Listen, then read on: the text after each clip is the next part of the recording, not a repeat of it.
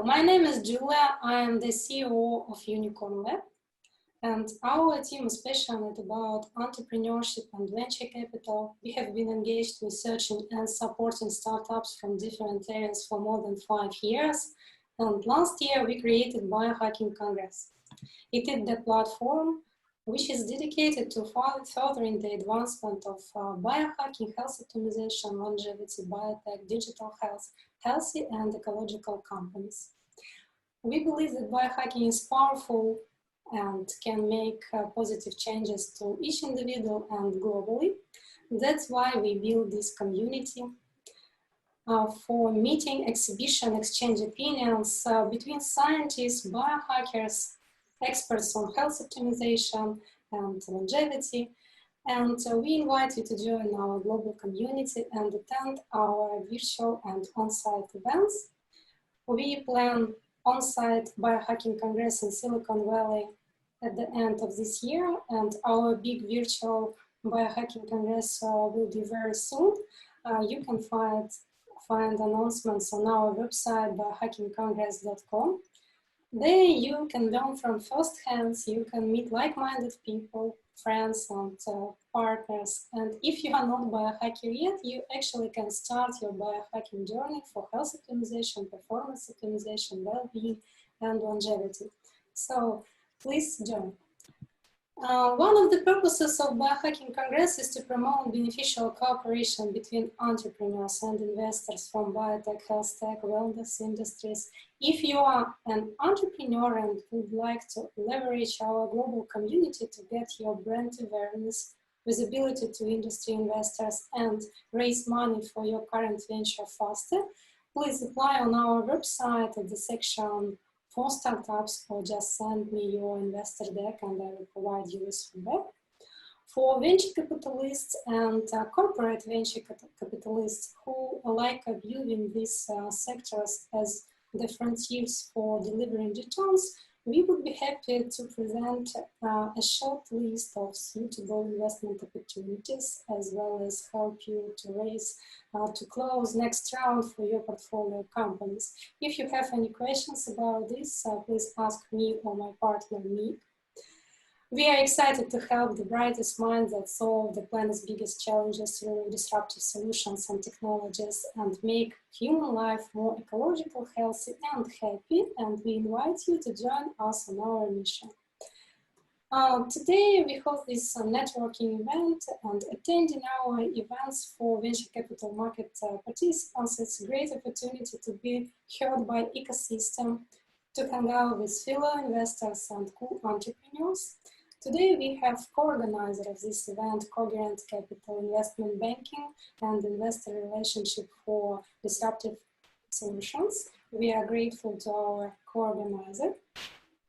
Our event will be started with a panel discussion about innovations and investment in biotech, longevity, and health tech. Very soon I will introduce our great speakers.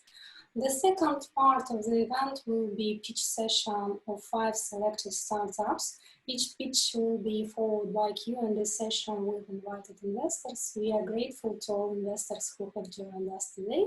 Thank you very much. And we are honored to have such great funds with us today.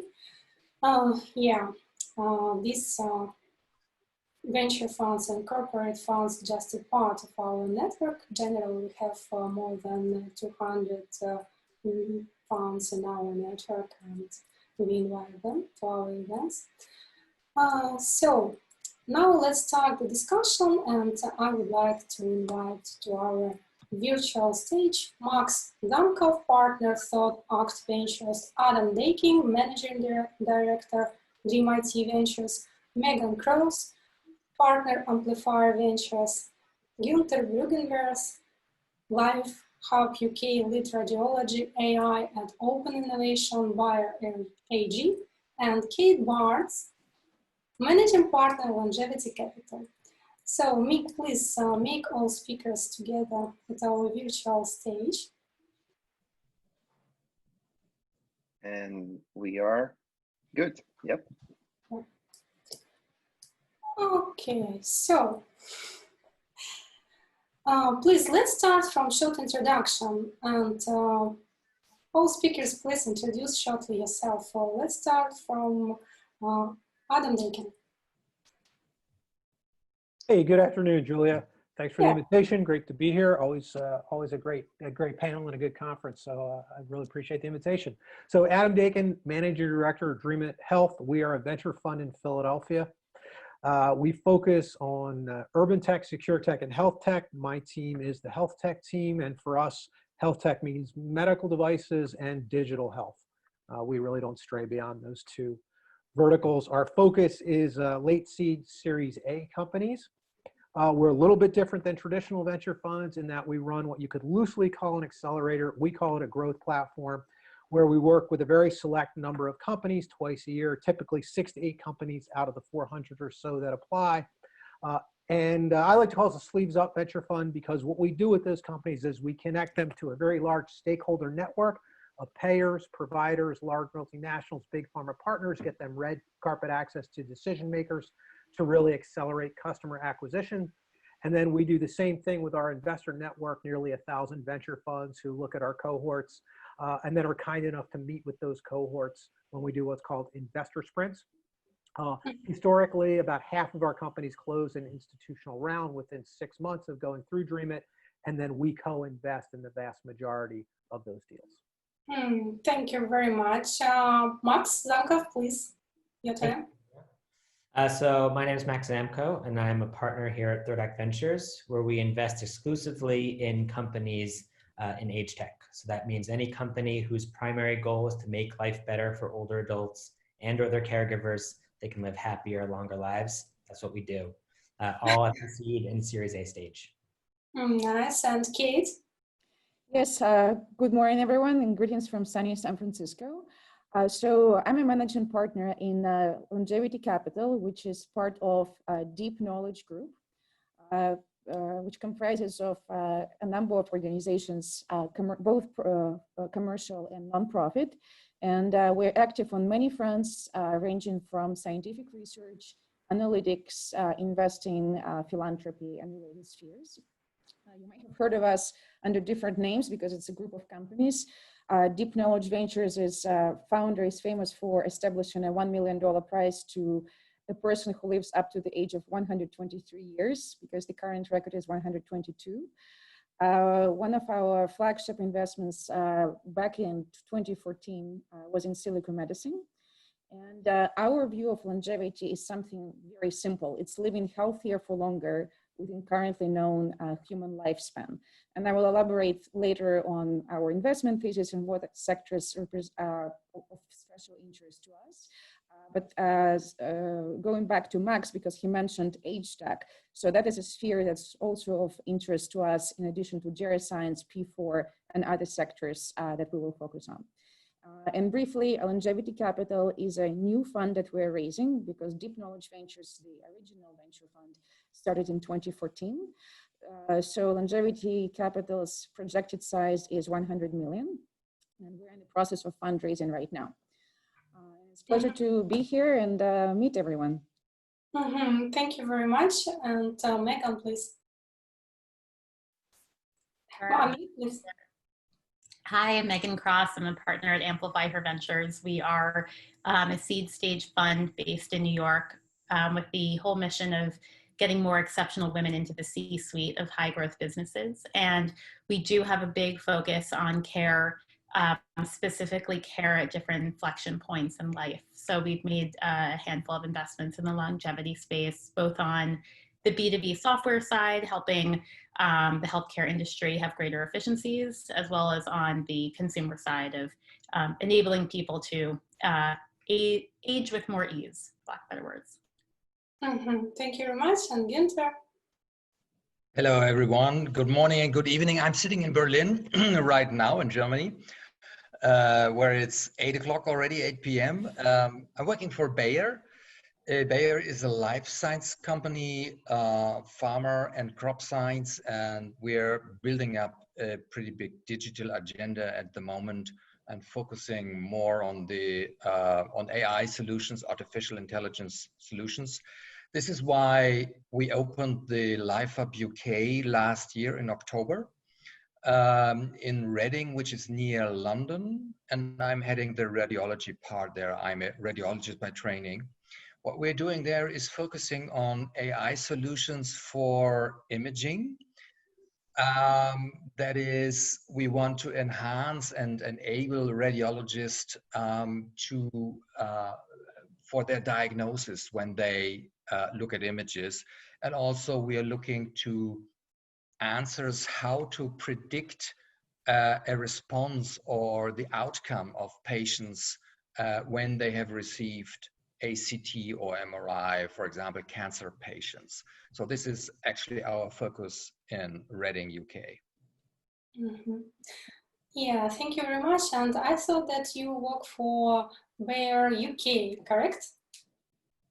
Or but you're located in Berlin. Okay. I'm located in Reading in the UK, but I left the UK mid of March because of the COVID crisis. And now I'm stuck in Berlin. So I'm really looking forward to go back, I guess, after the summer break in end of August. Mm-hmm. Okay, thank you very much for these introductions. It's so good to learn a little bit more about our speakers, and let's start the discussion. As you already understand, we believe that one of the biggest investment opportunities over the next decade probably will be to longevity and companies which work to improve health spans, enabling humanity to live free of disease and very long. According, for example, to Bank of America analysts, a market expected to be worth at least 600 billions by 2025. So let's see. My first question to you about what are the latest technologies and solutions enabling longevity and higher quality of life? And firstly, I would like to address this question to Adam Dakin and to Max Zamkov. Please, Adam.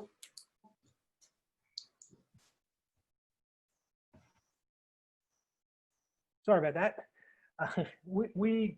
So we're excited, obviously, about technologies that enable, higher quality aging in place. And I think there's certainly a lot of technologies out there. We don't really invest much on the drug discovery side. So not so much in molecules or pharma that would actually extend life, but we're more focused on extending quality of life, if you will. And certainly on the software side, there are a lot of in-home technologies that will monitor the sort of the health or physiologic status of a patient and then alert providers or family members when the patient is potentially decompensating, enabling an earlier intervention. So we think there's a lot of exciting platforms there as well. Technologies, Sana, who is going to be presenting today, is one of our portfolio companies. It's a relaxation and pain relief platform. Obviously, that's pretty important as you get a little bit older in life and the aches and pains start to creep in, or they even go beyond aches and pains to the point where they're debilitating chronic diseases. So I think those kinds of platforms are going to be very important, and we're really excited to be an investor in Sana as well. I think the one key point that I'll make, and then I'll turn it over to Max, is we look at a lot of stuff, and I think the key part of this is that the operational lift has to be very light. We see a lot of technologies that are really exciting for home use, but they require like an in-home installation and equipment. And that can almost, by itself, that can almost be a showstopper, because if it requires that sort of, operational support, it affects the margins, it requires a support team. So, platforms that utilize existing technologies like a mobile foam, or we're also excited about a company called Stel. It's a plug-in in the home, but it makes everything run automatically. Those are the kinds of things that we think are a lot more exciting. Okay, and so Max, what is your answer? Thanks. I'm actually going to just kind of continue what Adam was talking about, particularly about the point of anything that requires an installation in home being challenging, not only from an expense, not only from a support standpoint, but also from an expense, right? In order to get people in the home. I mean, one of the biggest issues right now is that care at home is incredibly expensive, particularly here in the US. And so some of the things that are most exciting are the things that are enabling better care to happen at more affordable prices. So using virtual care, using telemedicine, using remote patient monitoring to allow home care agencies to provide higher levels of care to ensure that their clients are as healthy, if not healthier, while not requiring as much individual person-to-person use. Being able to provide that over the internet, over the phone, and really scale their operations. The other thing, honestly, related to that, that's most exciting and is done the most in terms of extending health span, and I love that term instead of lifespan, because it's really about how long you're healthy. You know, living those last years in pain is no fun. But honestly, the things that have been the most beneficial are Uber, Instacart, all of these on-demand services that are allowing people who may not be able to drive anymore or walk to the supermarket, get their groceries, get out, see friends. And particularly now that in the US here, the social determinants of health are being reimbursed by payers, all of these new technologies that are based off of that are really coming up and exciting. So anything that you need to do in order to be a regular human being, that technology is now able to help bring someone into you and get you that help you need without you needing to give up and kind of move into an older adult home. Good. And what can you say about the future of food, which is actually advance sustainability of planet, not just better living? So maybe you would like to add something about such aspect of technologies for longevity. Sure. I don't know much about the food area, besides that in general, food for older adults, particularly when you enter a nursing home, is awful. But I mean, that's the benefit of the on-demand economy, the sharing economy, right? The more we're able to share resources, the less waste we produce, because the amount of food that we waste is just untenable. And we could be providing so much more food and food security to a lot of people. Here in the US, Meals on Wheels does a great job of that, but there's still a lot of people that they can't service. By partnering with some of these new on-demand services, they're able to extend the reach even further without any additional cost or complexity, which is really great. Good. And Kate and Megan and Günther, would you like to add something about this question, according to this question? Sure. I mean, one thing that we look at is just mentioned earlier, the efficiencies in the industry, and how we can tap into, or how different technologies can tap into where there are cost savings to be had. So whether it's the providers being able to streamline their communications with patients, or through different types of software technologies that we've seen, or through the back-end solutions of the senior nursing facilities themselves. We see a lot of the business infrastructure capabilities that new technologies have as having a great ability to pass over the efficiency to the patient, him or herself. And as a result, taking a lot off the plate of them and their personal caregivers too. I can give examples, but that's one approach to how we're seeing it. Good. Günther, would you like to add something? Probably when you talk about food, you should also talk about how you would produce the food. And this is actually something that we do at Bayer. We have our digital agenda, as I was mentioning before, in leveraging the areas on the field for an optimum output. So you have, for example, some drones looking at the fields and analyzing the field structures, because a field is not a field. It has different areas and different capabilities, how to grow and how you should work with the plants. So this is something where we think is a lot of potential for optimizing. It's not my specialty. I'm a radiologist, as I said, but this is something we are very much engaged at Bayer as well. Okay, Kate, would you like to add something? Well, I'll just add a side note that part of our investment thesis is investing in companies that either possess a technology that's either immediately available or will be available in relative near term. Because in longevity, let's say if you take geroscience, there are lots of moonshots, so to speak. So our objective is something that is either immediately available, and HealthTech is a fantastic example, right? Because it's improving lives of currently living older people. And if we take global population, it's like 1 billion people in retirement. So that's a huge number and a market opportunity. And people's lives can be improved immediately. So that's just a comment that it's extremely important. And there's a lot of things that can be done immediately, as in right now, and have profound effect, on the aging population and humanity as a whole. Yeah, and also to combat with such diseases as Parkinson, Alzheimer, and so moon technology, moonshot medicine now with. They're of course important. I'm not going to negate that. It's just we focus on something that's more near term available in our case. Mm-hmm.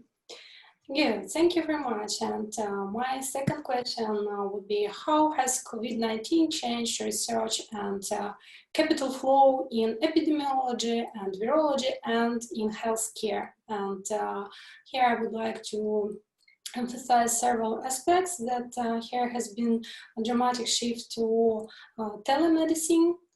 And now science focus on new technologies to effectively detect and treat disease, encouraging more emphasis on preventative care and engagement of patient and remote patient monitoring. So I would start with answer from you, Kate, about this. How has COVID-19 changed healthcare? Sure. Well, I think there's a twofold answer here. Number one is there's a... Kate, could you please always talk with microphone, because it's sometimes, yeah. Sure. Well, sorry about that. Can you hear me now? Yes. No. Great. So I think aspect number one here is that there's a reinforced focus on the importance of human health. So biotech is obviously one of the leading spheres that continued, was obviously a popular sector to invest previously, but right now there's a heightened interest to it. And then secondly, many investors who were, let's say, focusing on traditional assets such as real estate, entertainment, travel, which are not the hottest industries as a result of COVID. So they need to refunnel their investment funds, in view of the situation. And I'm sure everyone knows, but since the start of the pandemic and the lockdown, so let's say we take middle of March, actually there was lots of funds, raised both by private companies and received by, venture capital funds such as Cumin Capital, Arch Ventures, and a number of others. I also think that such aspects as preventive medicine and enhancing immunity, especially for the elderly population who are the most affected by the pandemic, are going to be a specific focus. So pretty much this is a brief summary. So I think it's good news for longevity industry as a whole, because I think more people are realizing that, the most important thing is health, and health is new wealth. And this sector will be, growing, and which will benefit everyone. Mm-hmm. Thank you, Megan. What is your answer? How has been changed healthcare after this pandemic, during this pandemic? So there's a number of ways I'll chip away at that answer. There's an expedited, urgent sense of urgency around R&D for a few of the companies that we've invested in and others in the space, which I think is very exciting. And there's more resources being put towards companies that had a real need to exist and or addressing a real pain point, and now have have the fluorine sense. For example, Max and I are both invested in a company that is mitigating hospital-acquired infections through DNA sequencing, next-generation DNA sequencing, in order to identify which pathogens are where in hospitals.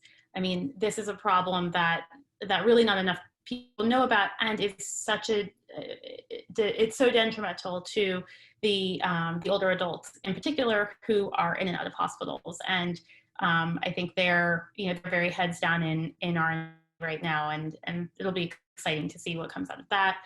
There was also a whole other slew of product offerings that we're very excited about, such as the artificial intelligence software we've invested in that can basically preempt acute episodes.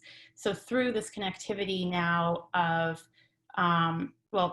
through the need for everybody to be remote over these past few months, there has been a greater focus on development of connectivity in bringing care providers together with their patients virtually in more seamless ways. And because of that, just older adults who otherwise would just be aging in place with a lot of risks attached to that, are now aging in place with more resources to be monitored and to be cared for to preempt acute episodes and perhaps hospitalizations. So those are just a couple of ways that we're thinking about the effect. It's surprisingly an optimistic answer to a very difficult time, but some of the effects that COVID is having on longevity tech. Mm-hmm. Good. And Günther, I know that you have some interesting case in Bayer now you are working on during this pandemic. Please tell us about it. Yeah. Thinking and talking about COVID, that's really exciting. And I nearly don't know where to begin because it's such a big topic. Probably I focus on the way how it changed our working mode. So this came really out of the blue. And as Megan said, everybody is sitting at home online, connectivity is a topic. The good thing in working here on projects for like R&D, research and development, what we are doing, is that everybody was reachable. There was no problem set up any meetings, and everybody is basically having the same goal, and that is fighting the disease. So this was really a global alignment, what we sensed there. And the way we worked changed dramatically, and also the speed. So the project that we began there, and also searching for partners, getting data sources like images and clinical data, all this went very, very speedy and quickly. And the results are nearly there. So normally you have, for a project, you start planning the project, and then you're looking for partners, and you have endless discussions on how to move forward. All this is focused on a very speedy way, and not only within our company, but globally. No matter to whom you talk, it's speed. And I think this is, for me, the most important change that I see with COVID-19, and probably we will keep that speed, not at that pace, at that intensity as we have seen the last months, because things are getting to normal now. But I think that will be a very important change. Mm-hmm. Good. And I also would like to learn your opinion, Adam and Max. What about this situation with pandemic? How has healthcare changed? Well, I mean, the obvious one is telehealth, right? That's been beaten to death. But we know that the pandemic kicked down all the doors for the barriers to telehealth, right? The reimbursement side, doctors wouldn't do it because they didn't get paid. Now they get paid to do telehealth. Doctors couldn't practice across state borders. That's gone. They can do that. So you know, the telehealth door has been kicked wide open, and I think people are well aware of that one. I guess the more, maybe less obvious changes are around the patient experience and the patient demand side.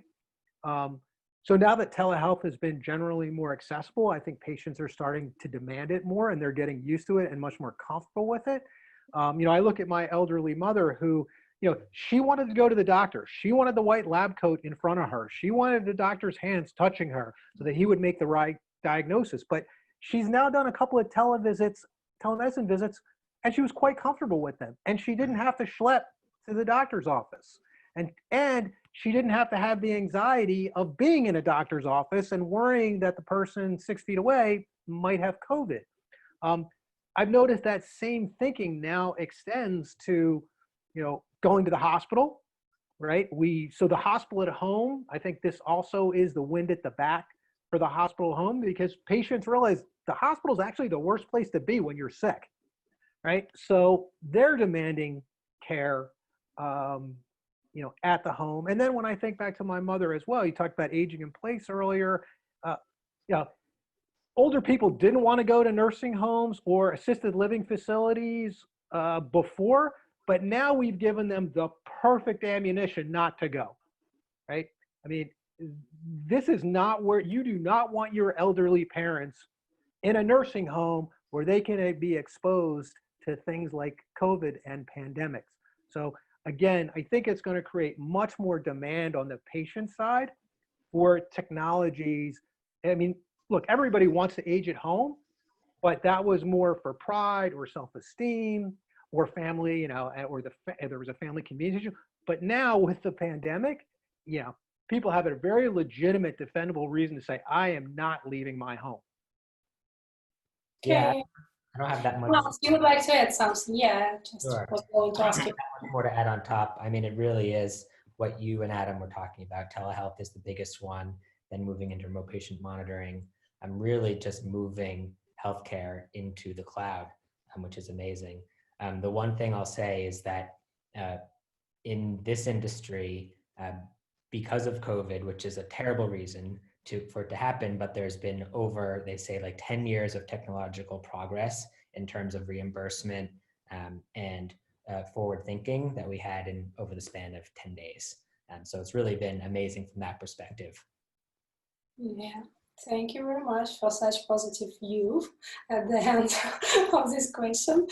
Thank you very much. I see that we already have some questions from guests, and before we switch to questions from guests, I would like to ask the last question. What are the key trends that you see in digital health, longevity tech, and biotech to invest in? You actually already answered a little bit from the very beginning, but one more time, and together with this, maybe you will tell us about regulatory challenges for such startups in the US.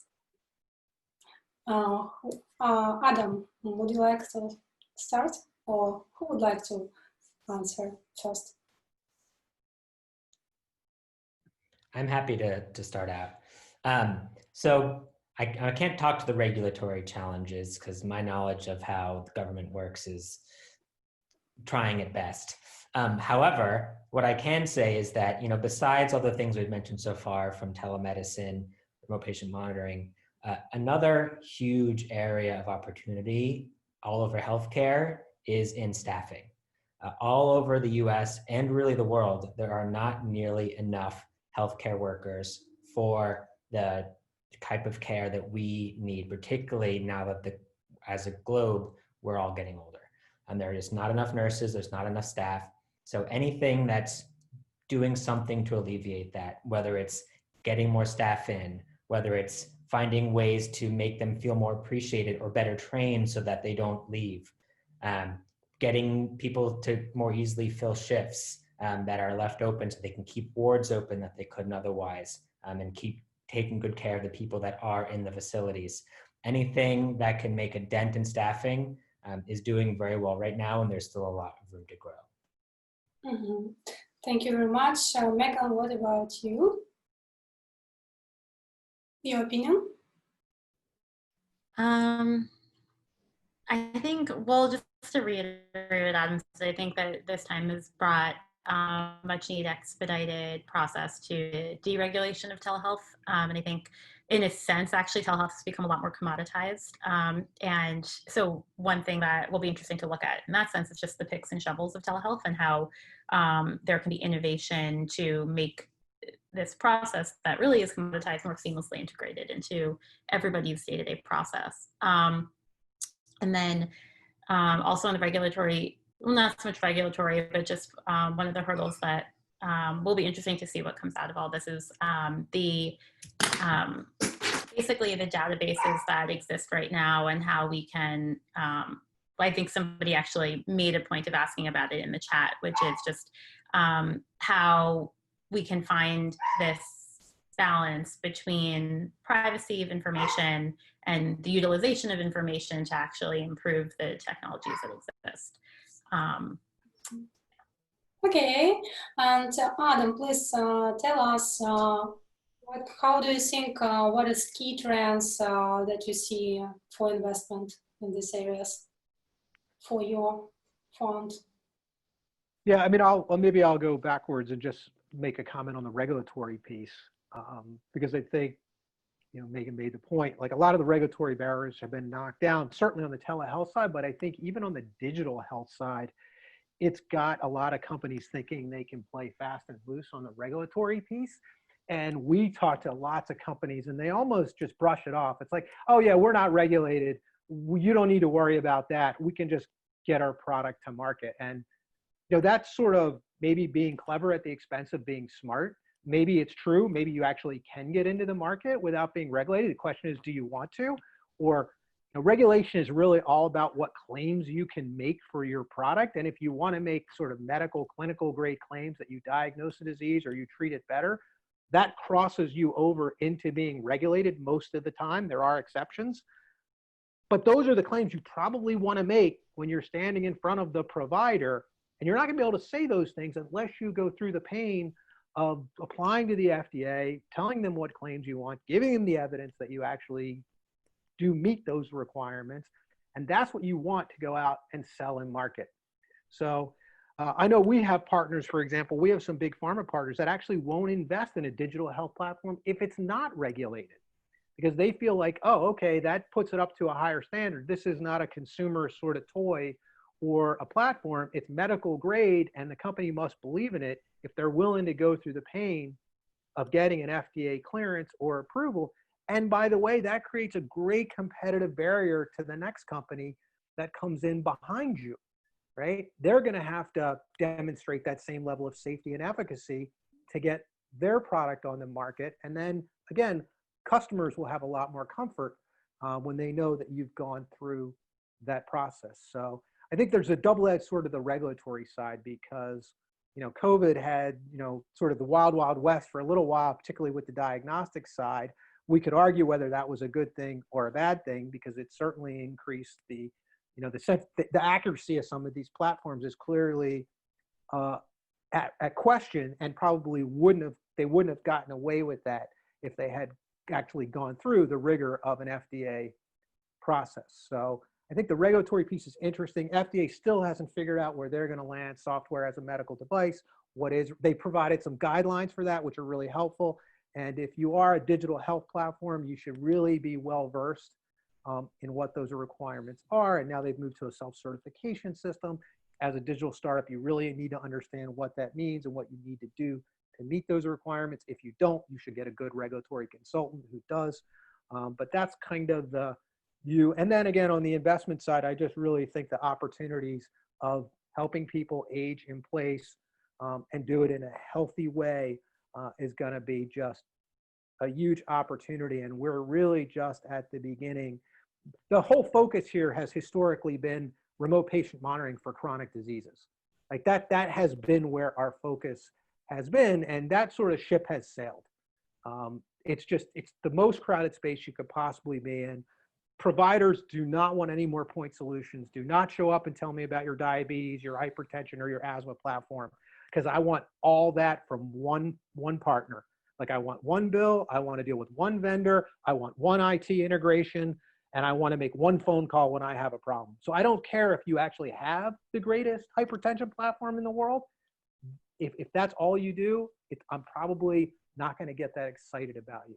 So I also think there's a lot of opportunity out there for platforms that truly are the integration hub for all these disparate point solutions. Mm-hmm.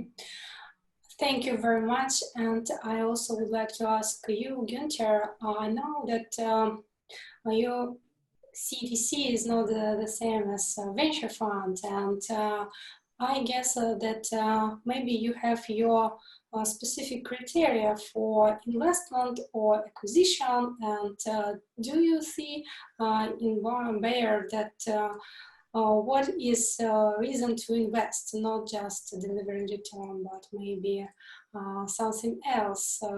What is your strategy for this? Yeah, that's a very good question, and that's certainly one of the most important topics that we have when we're looking for partners, for example, in our AI development. And what Adam just pointed out, the regulatory pathway is really difficult, and you need really, it's a long run. You need money, you need funding, you need expertise and everything. So this is not something and speedy, as I was saying before. The speedy thing is the development of the models itself, but going through regulatory and especially FDA, that's totally other topic. So what are we looking for when we are developing AI solutions in the imaging space where I'm working? So we are looking for partners that have certainly outstanding ideas, that have something that is probably not on the market yet. So we're looking for new ideas in this arena. And if the idea is not new, and there are already competitors, which is also very often the case, then there must be a story behind how to leverage this and how to combine this potential partner with our platforms that we have, so that we have a good fit. And I think the idea of having one single platform, what Adam just was talking about, I also think that's the future. So the customers don't want many partners to deal with. They only want one. So, I mean, ask yourself, what are you doing when you're searching in the internet? You go with one platform, and that is probably Google or another one. So most of you are taking Google. And that's the same in that space. You don't want many partners to deal with as a patient or a customer. Good, thank you very much. Maybe you can say us what's innovation or solution exactly looking for now? Well, I cannot go through our portfolio here, which is in development, and not all of it is publicly available. But what we're doing is on the general space, or generally speaking, enhancing on the diagnostic piece. Like, there are hidden informations on computed tomography images, which you cannot see with the naked eyes. And this is called radiomics. So you have hundreds of features that is analyzed with certain techniques. And you can also combine this with genetic data, and then you have even more chance of probability to predict the outcome of the disease. So this is actually the space we're in, and this is what we're interested in also for partnering. Mm-hmm. Thank you very much, Günther. And we have only 15 minutes till the end, and we have two questions from our guests. So first question, actually, dear speakers, can you see this table? Yeah, you see. Okay. So the first question, where is nutrition on the importance of health? Who are the leading companies that are focusing on quality non-GMO foods, and tie in entire discussion of food distribution? So Who would like to answer this question about nutrition and non-GMO food? Would you like to answer?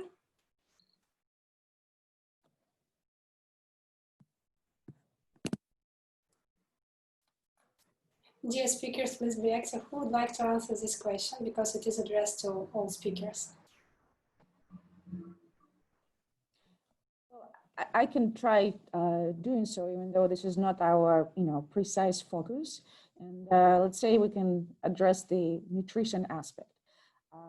I've mentioned earlier that our focus is health span, and also with an emphasis on technologies or therapies that are either immediately available or will be available in near term. One of the sectors that we are interested in is the so-called P4 medicine. It's preventive precision medicine, and nutrition would obviously be part of that, such as, let's say, microbiome engineering and related aspects of that. So it is definitely an important aspect of human health, and it should be incorporated in, let's say, the health monitoring aspect of a person, because it affects our health greatly. And obviously the foods should be, of good quality and, healthy balance of, fats, proteins, and all that. That briefly is that, because it's, nutrition is part of human health. And if we properly trace it, we can improve health outcomes. And also, speaking of nutrition on policy level, because we've done some policy work through our analytics subsidiary that's called Asian Analytics Agency, and we've actually established an all-party parliamentary group in UK Parliament on longevity, and United Kingdom thankfully is very focused on increasing the health span, let's say by 5 years, but I think it's a good goal, and we were instrumental in the accomplishment of that. So I think on policy level, speaking of nutrition, it's important to regulate certain aspects of food industry and make it healthier, for general population. Because, I live in the United States, we know that about 20% of GDP goes to healthcare. At the same time, the health span is the shortest compared to other developed countries. And I think that nutrition has a lot to do with that, and we should transition from, sick care to preventive care. Nutrition being part of that from early age.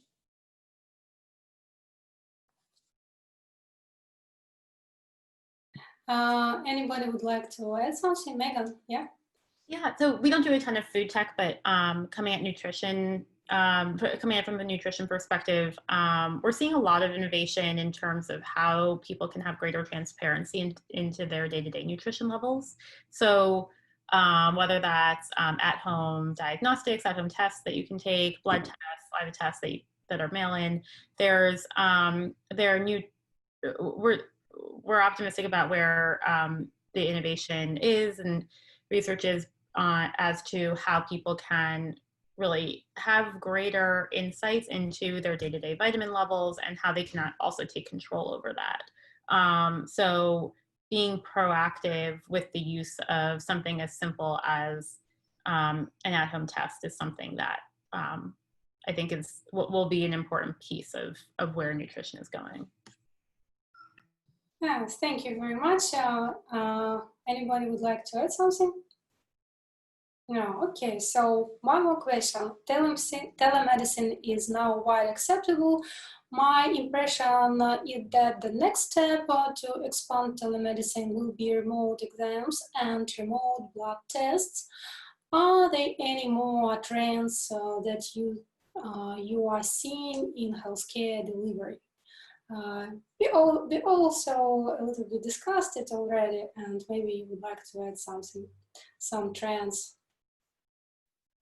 Yeah, I think that's probably I take that up or start. I think this is a very good question, very interesting development that we can see here. So it's not only about blood pressure or things like that. It's the combination of all sorts of biomedical markers that you can think of. So it's already analysis of the eye background, for example. So there is already a device out there where you can, with your mobile phone, analyze your background of the eye, making a photo. Everybody can do that. So you could combine this with, for example, the way you move. The way you move can be a hint that you're developing a rare disease or whatever, you know. And then you combine it with blood pressure, you combine it with the respiratory rate that you have, with temperatures, with, you know, walking distance and so on. So I think the future lies here in the combination of all these biomarkers that I just pointed out and many more. Mm-hmm. And you said that better to have opportunity to measure all this without some special devices, just using a phone and some devices which you can take just from shop, let's say, yeah, from pharmacy. Exactly. Easily. I mean, Yeah. so Okay. the And one more focus, So- I mean, the focus has really been on what data can we get from the patient while they're in their home, right? So can we do a blood test at home? Or can we automatically get their blood pressure and their weight, you know, all these factors. But that stuff is probably going to get commoditized relatively quickly, I think. It's already moving in that direction. The connectivity of those devices is still a little bit challenging, but we have a company called Stella. I think they're going to solve that problem. That's solvable. I think to Megan's point earlier, a lot of the opportunity is around the pick and the axis for this stuff, okay? So for example, if we're going to do a lot more telehealth visits, you know, we've got a company that really automates the data collection process for the physician before they ever even get on with the patient, right? I don't want to spend 10 minutes getting your history, right? And asking you, you know, all the typical questions of your medical history. That stuff should just pop up on the screen and it should be analyzed for me. The AI should have already surfaced what's important and what I need to know, and already maybe made a suggestion as to here's the likely differential diagnosis based on, you know, what the patient already told me. So instead of a 20-minute telemedicine visit, you know, I can do this visit in 5 or 10 minutes, right?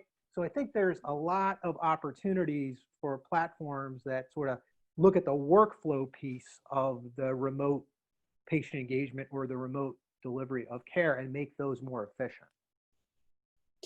Yeah, so artificial intelligence should analyze all this information even before patent came to practitioner, and just practitioner will have general information from the very beginning, just from first level. Yeah, good. And one more question for those who focus on age tech.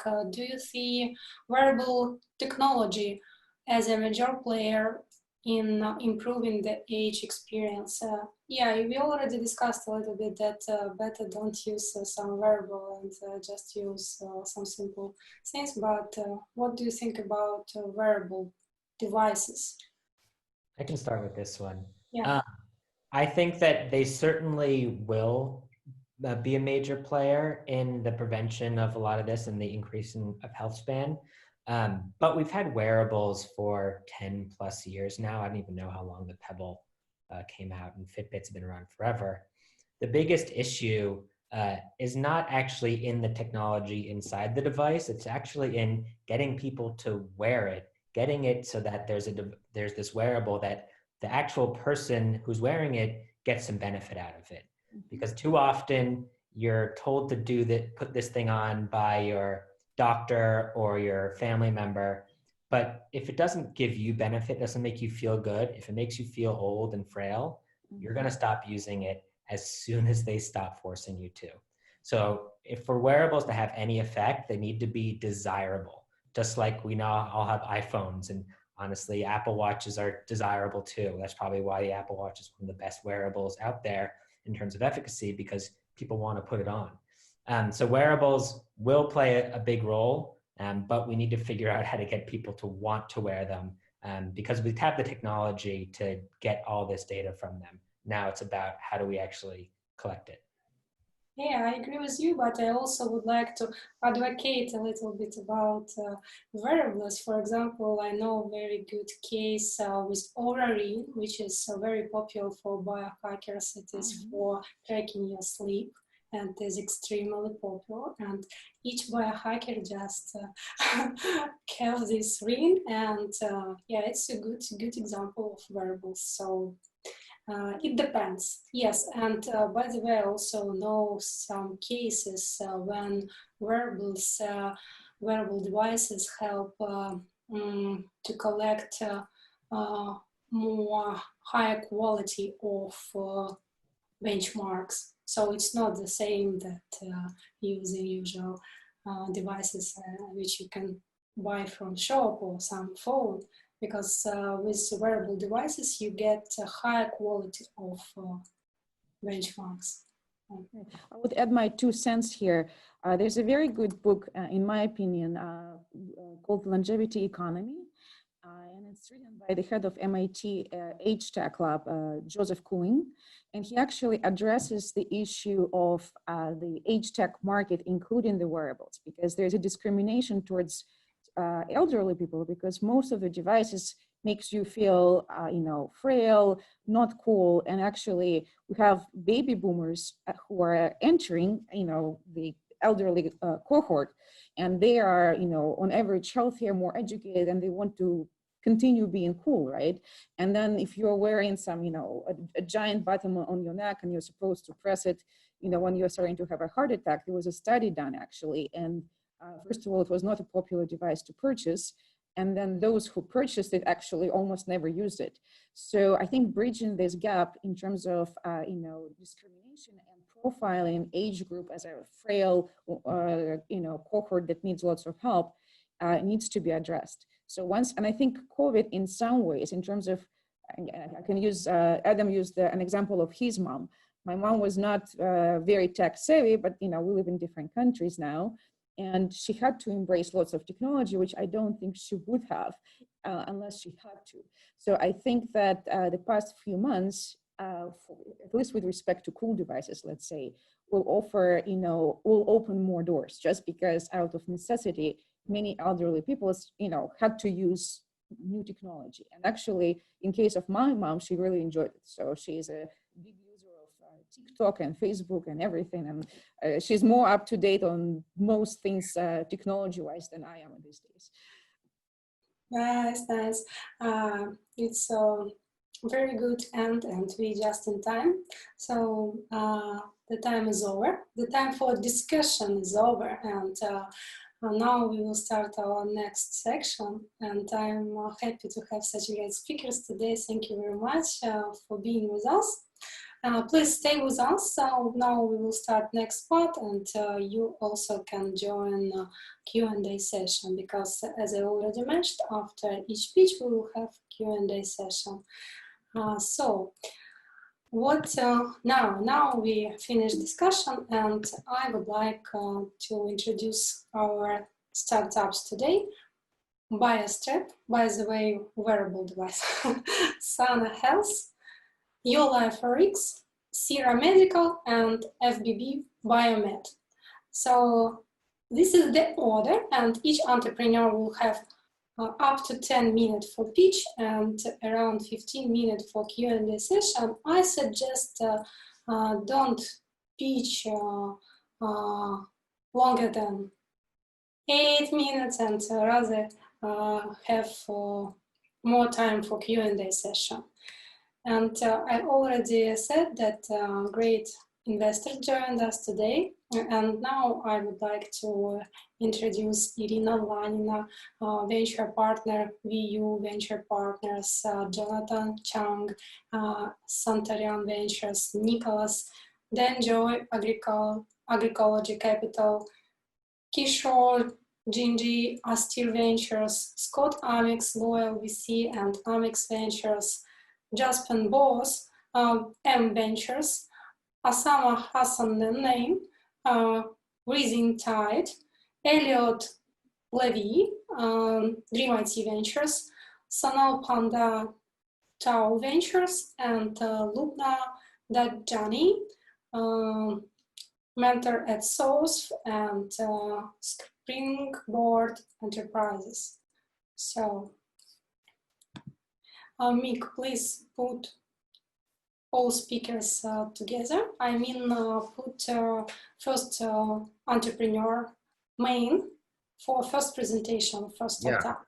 So I just I already put Wesley there. So, but before we will start, I want to ask all presenting startups who will present. We are still missing a couple people. I put them in chat. Richard Henbury and Rick Biberman. If you can please put some message in chat so I can they are going. you. Yeah, they are going to join us a little bit And later. Wesley will be able to start, and while that, I will put more investors funds to main room, to main stage, so they will be able to ask questions. But guys, please put your names in right way, so I will identify you like easier because sometimes it's hard to identify people. Like Leslie, for example, it's have only she has only first name, and it's pretty hard. So please do your best to help us, and we can start. Yeah, please start. First, start up by Stripe, and please start. Share your screen and pitch. Hello, Wesley. Here I go. Here I go. I just want to make sure. Can you hear me okay as I start sharing here? Yep. Yeah, Please yeah. put it on. Yep. You bet. All right, great. Yep. Full screen. Here we go. Thank you for How many minutes do Wesley have, Julia? I'll What? take 10. I'll take How 10. many minutes Wesley have? Yeah, I moderate timing, of course, sure. Start, please. Okay, sounds good. I was very excited to hear the panel. And especially at Gunther, you were making points about the combination of biometric and biomarker data. And that's exactly how we're thinking of this platform that we're building here at BioStrap. I'm supporting them through Coherent Capital as part of the fundraising process through multiple rounds. And I'll be presenting here today, and Samir, the CEO, will be on afterward along with myself for questions. What we're building is a full stack all the way from hardware to software into the cloud, and a full platform for developing clinical grade algorithms and providing consumer insights to consumers, but also to enterprises around biometric and the biometric layer on top of productivity, burnout, stress, sleep, and a lot of the different biometrics you can measure through the skin and through other waveforms as well. So I'll get into that in the presentation. What we're looking at as far as opportunities are the current market status of a real lack of baseline health data and thus actual actionable insights off of that baseline data. So majority of people are not tracking their health biometrics, anything from biomarkers to gut tests and blood tests and hormone panels. It's just not something that a lot of people do. Organizations, including large self-insured organizations, are increasingly challenged to lower their health costs and then also balance productivity with the level of burnout and the demands of the workforce. For clinicians, they're unable to get high fidelity tracking data when they're making interventions with a patient or with a client if they're a naturopath, for example. And then on the disease state side, we find it fascinating there are no pre-insights around neurological conditions and even neurological acute events like concussions. But we're looking at ALS, Alzheimer's, and other long-term chronic and late-stage life conditions, and then grabbing pre-insights before they get to that point to start to develop IP around flattening the possibility of them developing severe symptoms. And what can be done in the future is really the question we keep asking. So the device itself is something that BioStrap has created, came out of the medical community actually, and it's turned into a consumer-facing product. This actually utilizes a red light sensor, which is one of the moats around it that we'll talk about. But with this red light, you can penetrate the skin several layers deeper than a green light, which is what most fitness trackers use.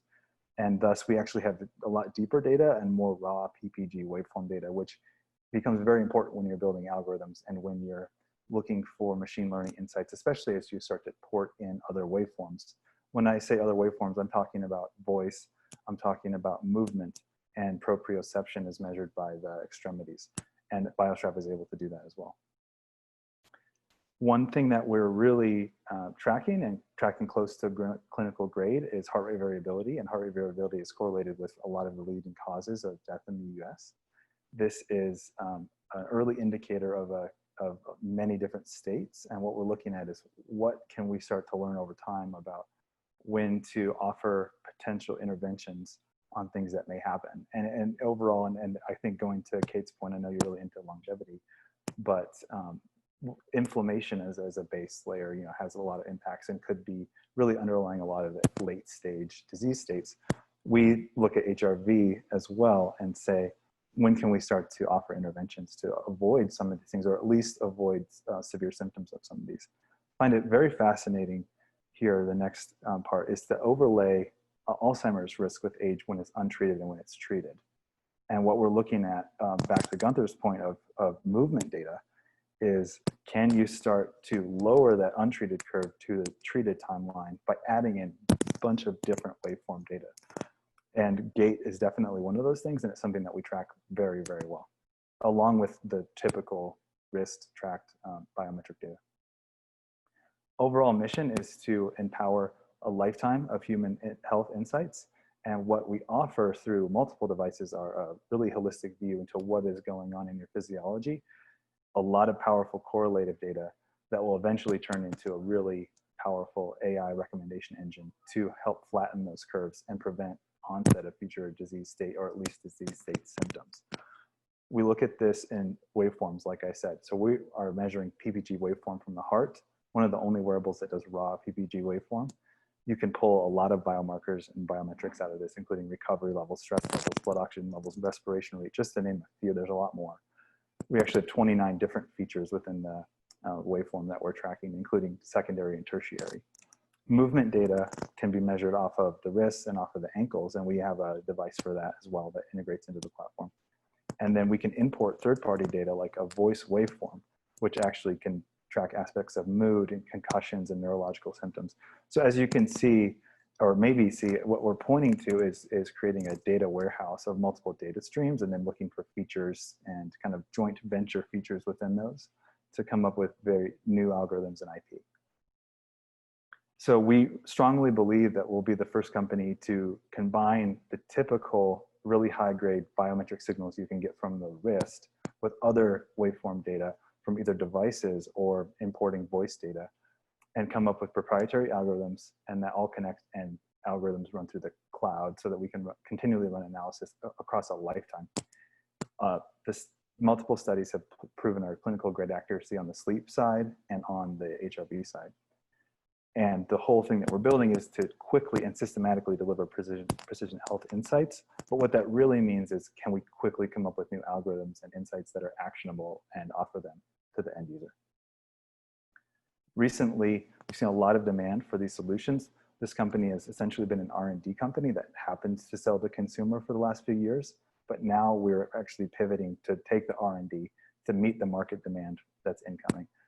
For example, within 8 weeks of COVID in the US, we launched into 7 different clinical trials to support either Mayo Clinic physician burnout, Tulane University, can we predict the onset of COVID with just the biometrics that we're tracking. This is very similar to a lot of the news that's coming out. All wearables are trying this.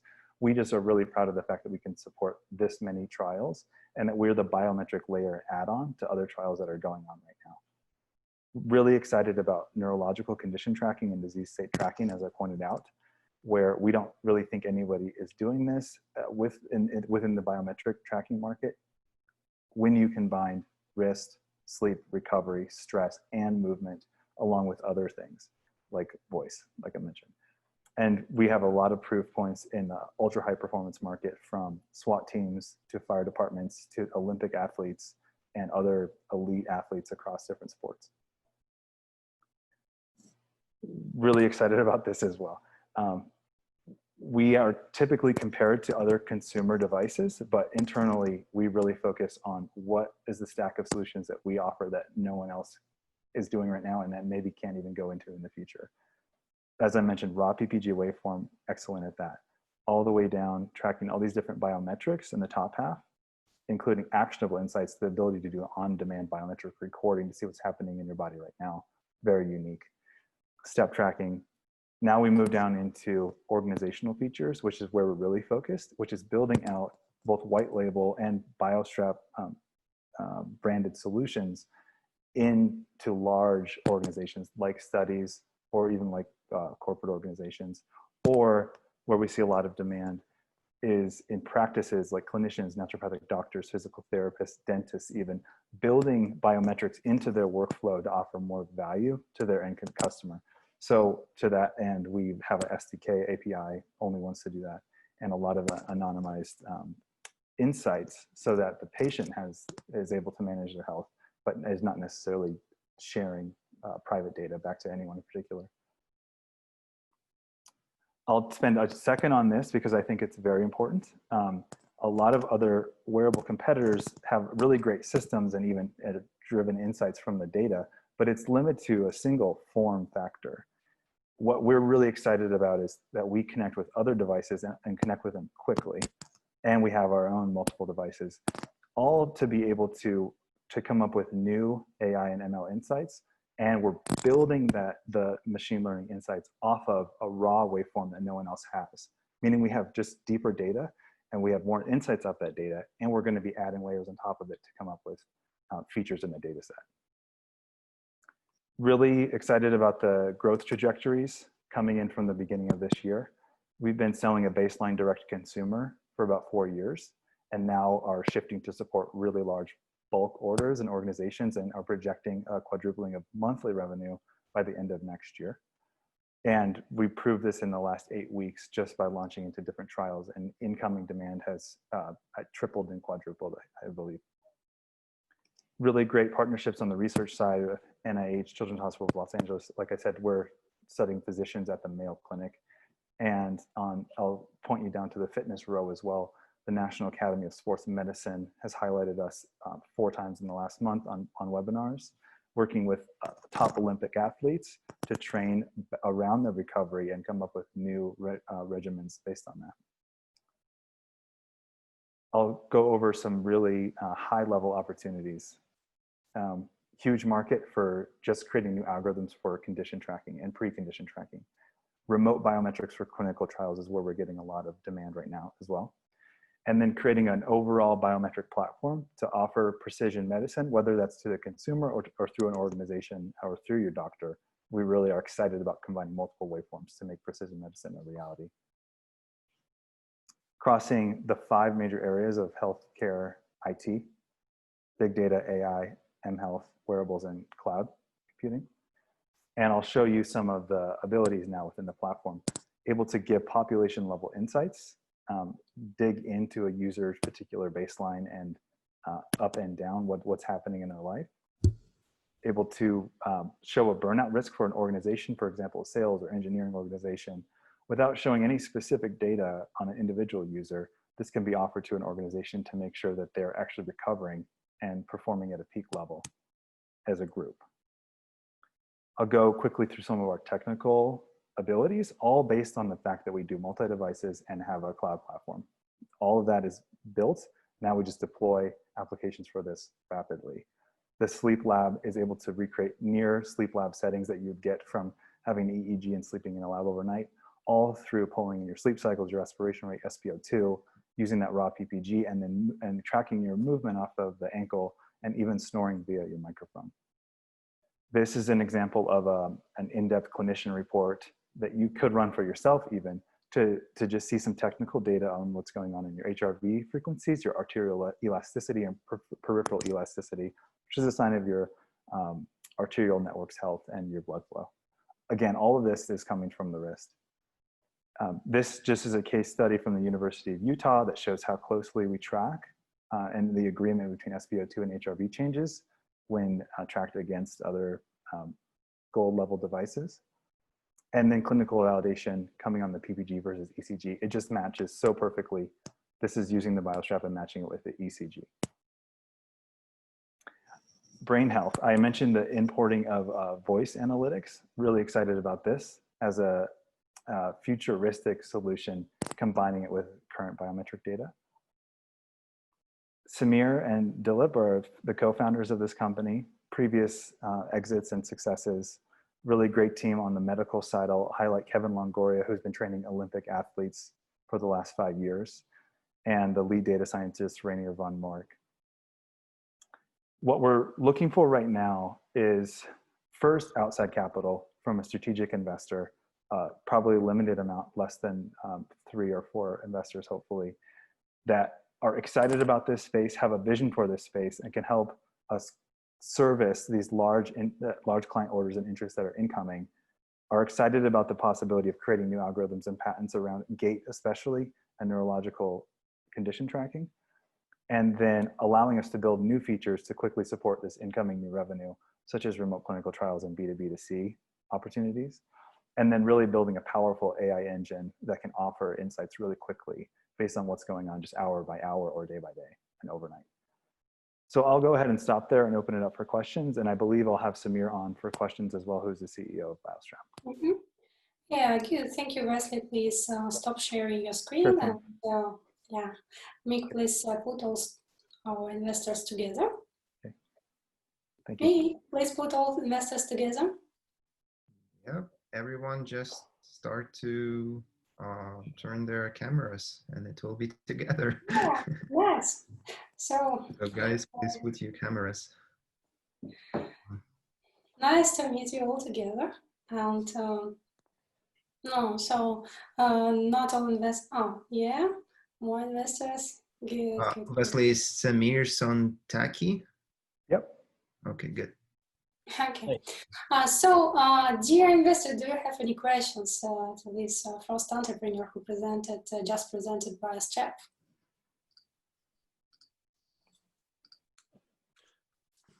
I actually do. Hi, thanks. Yeah, please, Jennifer. Do all of your hardware, the accessories from the HRM monitors to your wristbands, etc., do they all pick up the PPG? Or is it just one of your products right now that can read the PPG? The PPG comes from our wristband primarily. The heart rate monitors are just using, we're just using RR intervals to calculate HRV and heart rate. Hi, this is Scott Amix speaking. You know, I was actually very much deep into this space about 5-6 years ago, and this was a very hyper competitive space. I'm glad to see that it's moved over to more of the medical grade. In terms of the sensors, things have kind of become somewhat commercialized. You got providers like Valencell, Cellotron, Pulson, Cardio, yep. Many others, right? Healthify Me, right? Even our friends Peter Lee at Atlas. So they're working on a lot of different things. So at the end of the day, the sensors become somewhat commoditized. It's really about signal processing. So can you speak to a little bit more about your precision and fidelity around signal processing and how you guys are combining that with ML capabilities? I love that question so much because that's exactly what makes us different. They've commoditized it. We went to the Maxims, Ostroms of the world, and what they've done is commoditize it into the chip. Essentially, their business model is to produce SpO2, all these different algorithms in the chip, and then keep adding new features over and over. In a way, I've built something that's, in a way, kind of future-proof. And why I mean that is that because what we're looking at is high SNR, high resolution data. We're looking at second derivative waveform features, which allows us to look at things like what Wes was talking about, the endothelial function, more around the arterial peripheral elasticity, ejection fraction. These are things that are all in the algorithm signal processing side of things, which we have just done a phenomenal job in the last 5 years. And a lot of our IP is around how do we clean up that waveform data with the highest resolution data that's collected on the wrist. So the signals produced by Maxims, Valencells, it's really maybe to get that just minimum data sets required to maybe show you heart rate. But really, we're not even interested in SpO2 heart rate. It's like, how do we extract even more biometrics out of it? We're working with a partner that I can't really name. They're inventing a new biomarker that's looking at the modularity of vasodilation that's never been kind of created before and is used for children and to assess pain. You know, this can only be done, people come to us for raw waveform because you can't really get it. But it's one of the unique features that we started off with. And we believe in PPG so much that there's so much to be extracted in that rich waveform sets that people are not really realizing. I hope that answered the question. Super, thank you. Yeah. Thank you. Any more questions?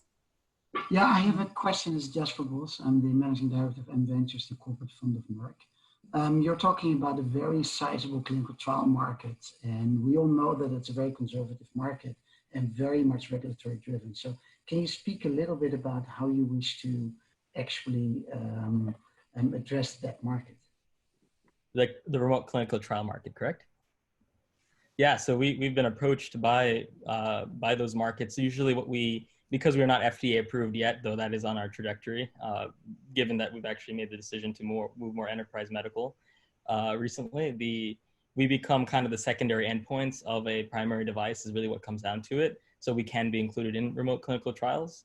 But that is to say, some people, don't, it's up to the payers to see what devices they can use for remote clinical trials. We've identified that as a very good market, and it's the main driver for why we want to get the FDA approval so that we can get on the list of devices approved. But remote clinical trial is becoming a very big deal. It always has been, but now it's even bigger market for us that we've never really looked into. So it's one that I'm pretty excited to get. But it does, the FDA clearance and all that does help us a lot. But we haven't seen it as a gating feature too much, surprisingly. Okay, thank you very much. If you don't have questions or more, we are going to start the next presentation. I'm just curious, one thing. Do you do any of your AI is all in the cloud, or? It's like having a cloud wearable, essentially. Everything's done in the cloud. All the kind of filtering is done at the wrist level and the app level, but the cloud is really all of our IP is in that cloud processing. And all the algorithms we keep rapidly developing in the cloud, essentially, for new algorithms. Right. So you have to have connectivity all the time. Yes. And from a user, from a data subject perspective, what is the experience exactly? Is it, do you get to just, I guess you're just wearing it. How do you engage with it? Yeah, it's and I'm actually not even wearing it because it's charging the charger right now. Otherwise, I'm always wearing it. But it's a device you just wear. Oh, yeah, there it is. Wes is wearing one. How long does the charge last? About 2 to 3 days, and that's just a function of the hardware. We're certainly not hardware experts. We're software experts, but we built essentially enough hardware that we can do everything. We can control every single sensor, frequency, sampling rate. You can't do that with the Garmin SB, Fitbit, any of those things. We can create custom solutions, and we have for enterprise, saying I want to sample at this frequency, or clinical trials, I want to sample at this frequency, this duty cycle. Everyone has specific requirements. We have all the tools to do it, and doesn't even require effort on our side because that's just our expertise.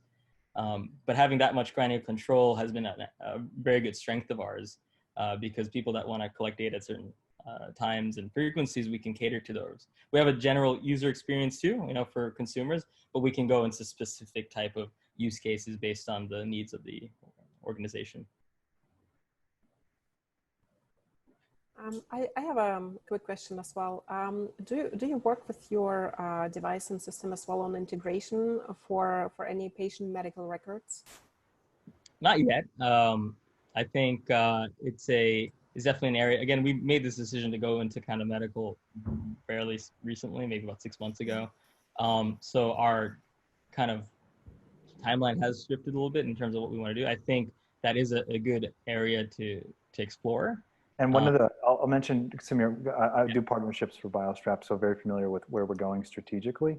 And that's one of the partnerships we actually have right now that we're forming is with different organizations that can port this data into patient medical records in a HIPAA compliant way. Exactly. And it's all architected to do that anyway. We just need another organization to kind of play the buffer in between us and medical system. Okay, thanks. Thank you very much. Dear investors, do you have any more questions? Please. No? Yes. I do have a question on the customer side. So you mentioned that you've already deployed with a number of patients over the last couple of months. How did you get to those patients, and are they of any specific target market, or just curious as to how did you get the ball rolling on that? So we started as a consumer device. So most of our first 10,000 users were all just Facebook ads, Google advertisements, using a very complicated system that was maybe a little bit harder to use at first. And we've now, in the last 6 months, targeted to different segments. So the way, we don't have patients per se, really. Some of them are. It depends on which, we're in the pain clinics. We're in the sleep industry for people's devices that treat sleep apnea. We're in the addiction space as well. So those are patients as well. We're in the athletic market. And what we become is kind of the biometric layer that essentially becomes decision making for certain verticals. So let's go into like the addiction market, for example. These are rehab centers that are essentially motivated for the outcomes of the patients, right? So they are looking at biometric data to see their trends analysis and feeding into their own AI engine. But they're using biometric PPG data as a kind of decision making, and also location tracking. They have their own logic, but it is the biometric data that becomes a core part of their offering in their platform. And we love those kind of partners.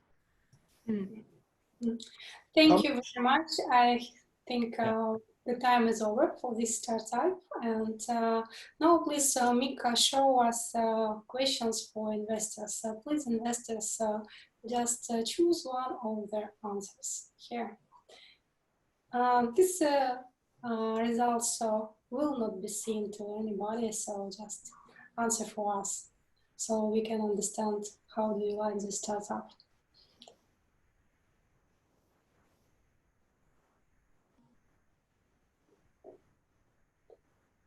And we have 20 more people to vote. Well, okay, fine. I guess we have the results. As for now, we see it. Okay, good. Thank you. Okay, so let's invite the second startup, Sana Health. Who is going to present Sana Health? Please remind me. There was two. Sana Health.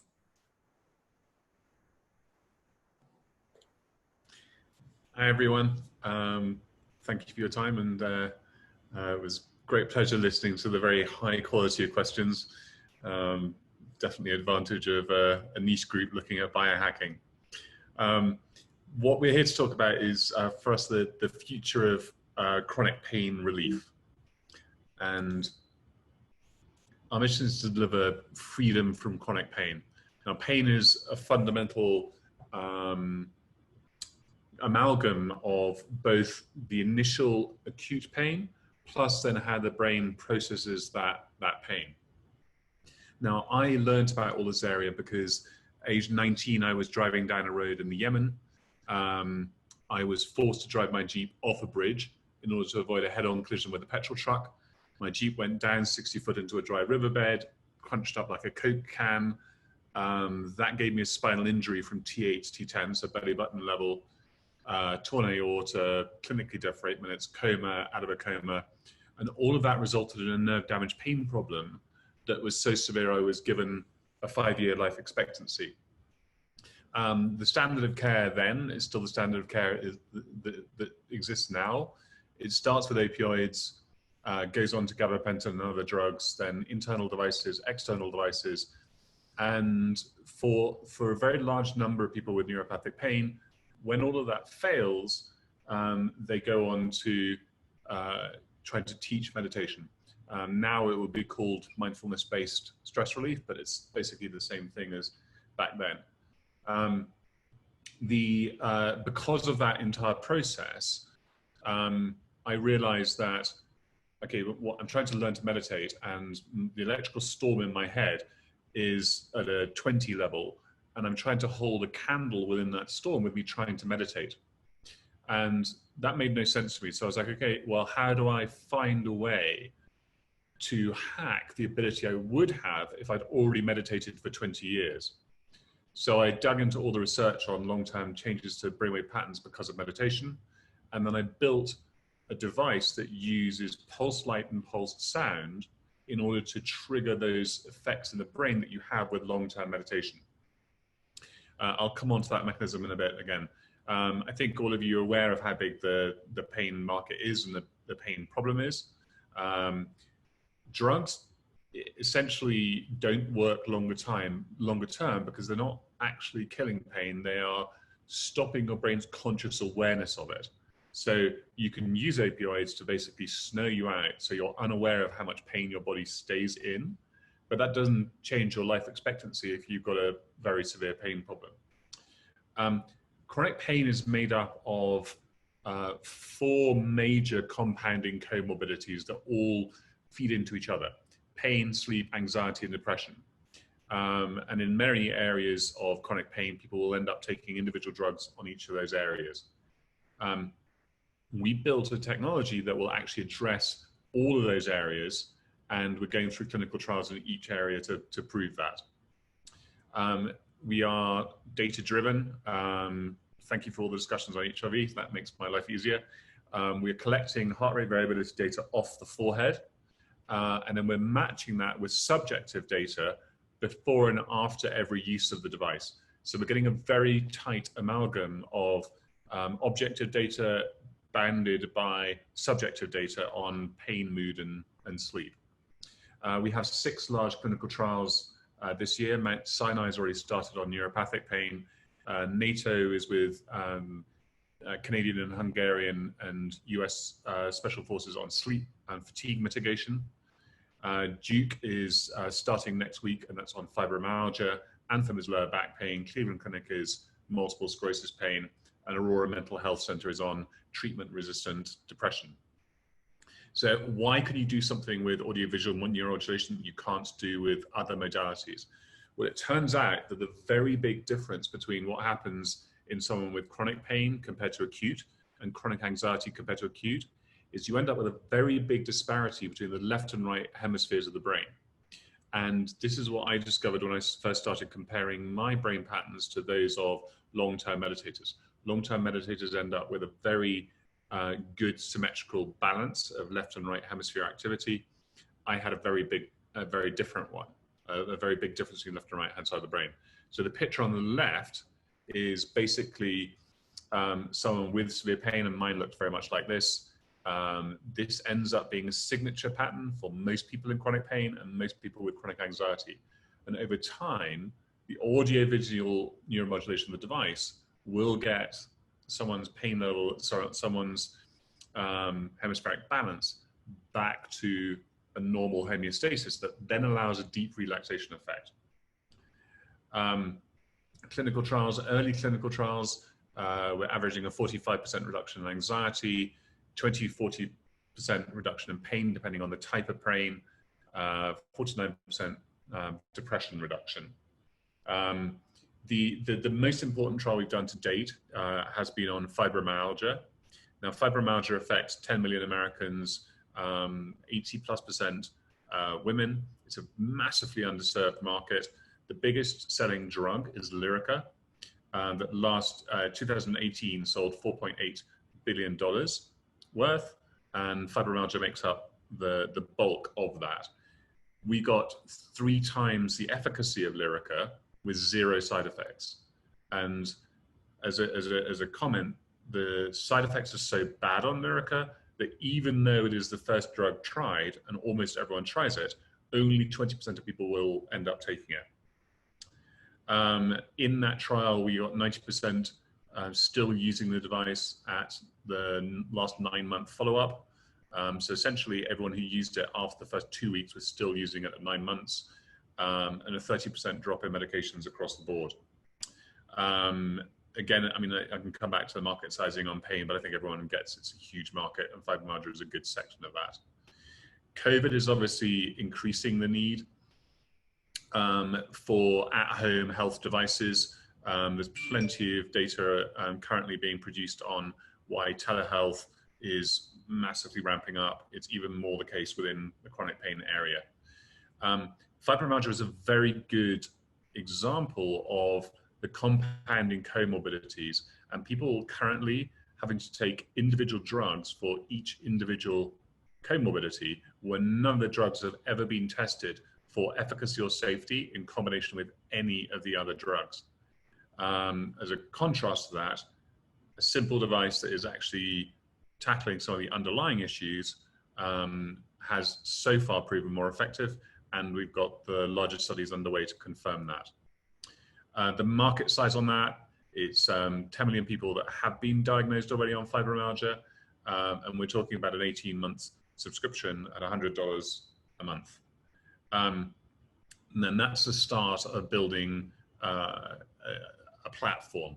These are the other trials that we've got going on this year, most of which I've talked about already, but it covers all the main comorbidities, so sleep, pain, anxiety, and depression. We've got strong IP. Our first patent was published in June last year, and we have a portfolio based on the same prior art that has already been accepted, with some broadening of that prior art. Basically, it covers any use of rhythmic light or sound, or the combination within our target areas. Team, I've been working on this 28 years now total, full-time since 2015, where the advances in HIV sensors meant that I could build a standalone device.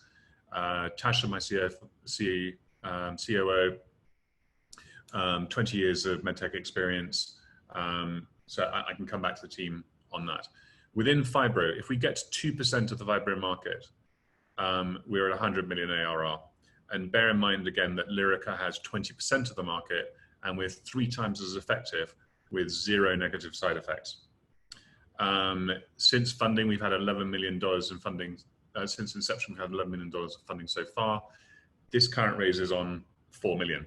Now, the use of that proceeds, we've raised the first sort of half of this round as a 4 million safe note, and now we're raising the 5 million equity on top, of which we've got 3 soft circled, which we will hopefully be doing an early close on soon.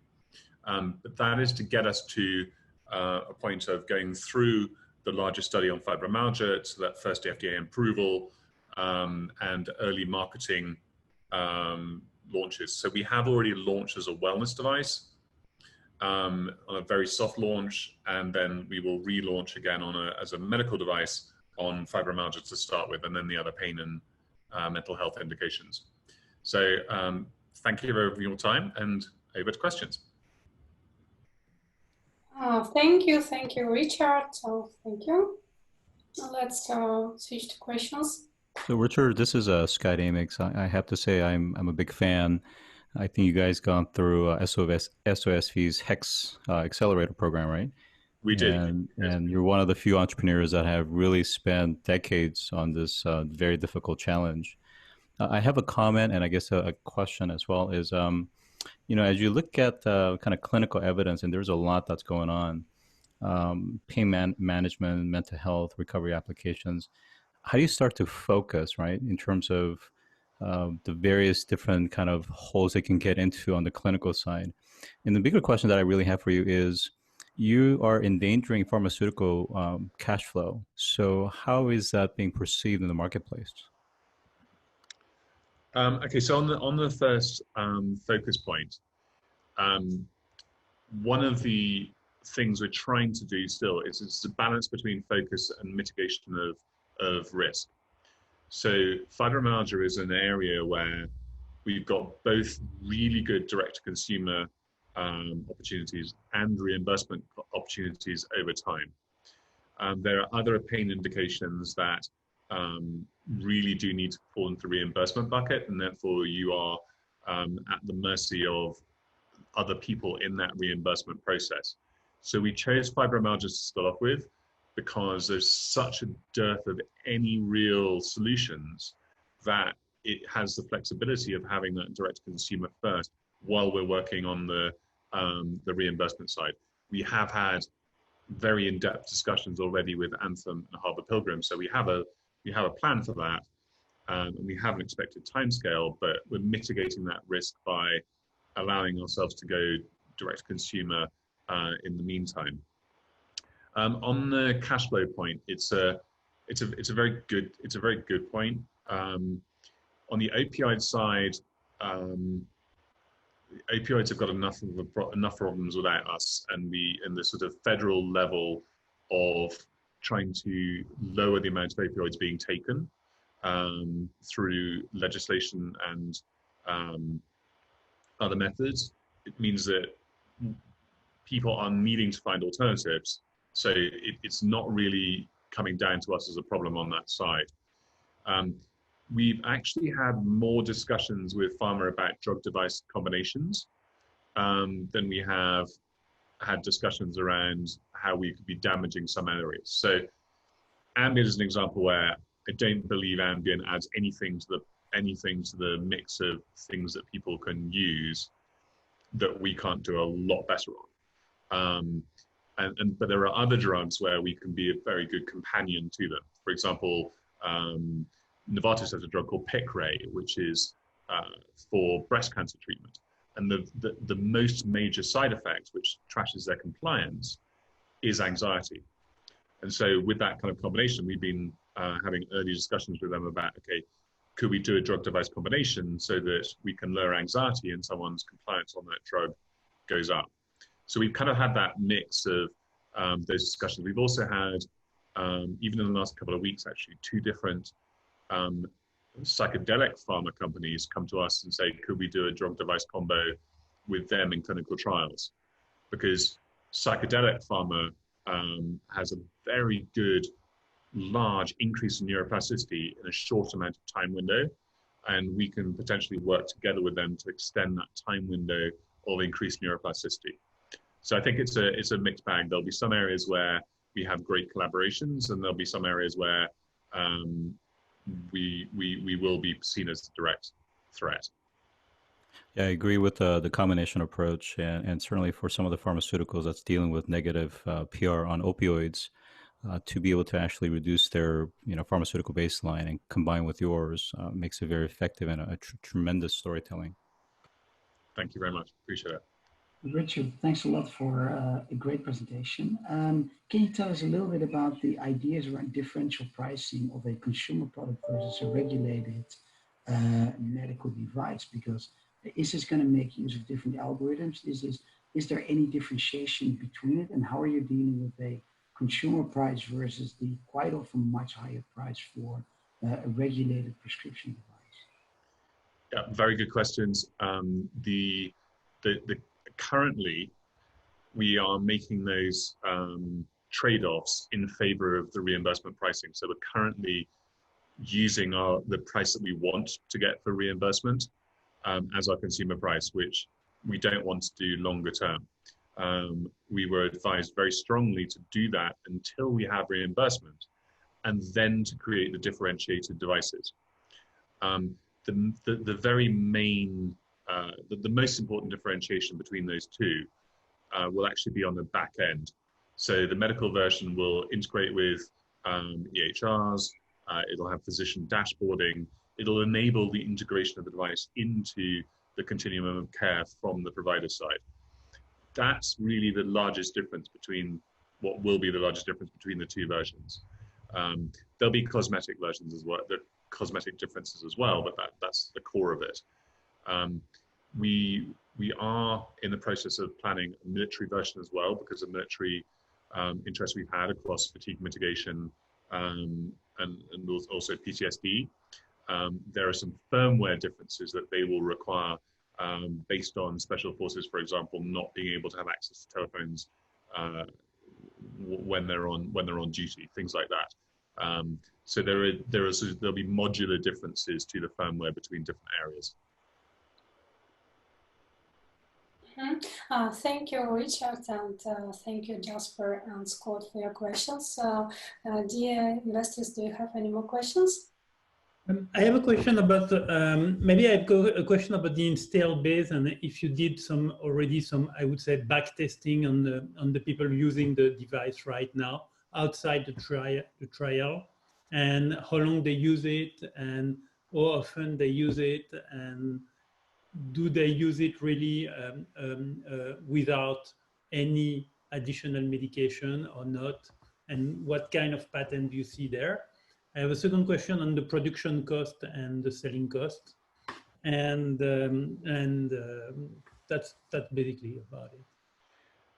Yeah, certainly. So the fibromyalgia study and the aftermath of that is where we've got the longest data so far, which is now 9 months. We've had, so from the end of the trial, we've had 9 months now since the end of the trial. And everyone who chose to use a device at the end of the trial, which was 90% of the people who started the trial, are still now using, at least on a daily basis, 9 months later. During the trial, or the beginning of the trial, the usage was on average 5 times a day. We told people they had to use it twice, and then PRN for whenever any of the symptoms were too much. So fatigue, pain, sleep depression, if any of those were out of whack, then to use the device.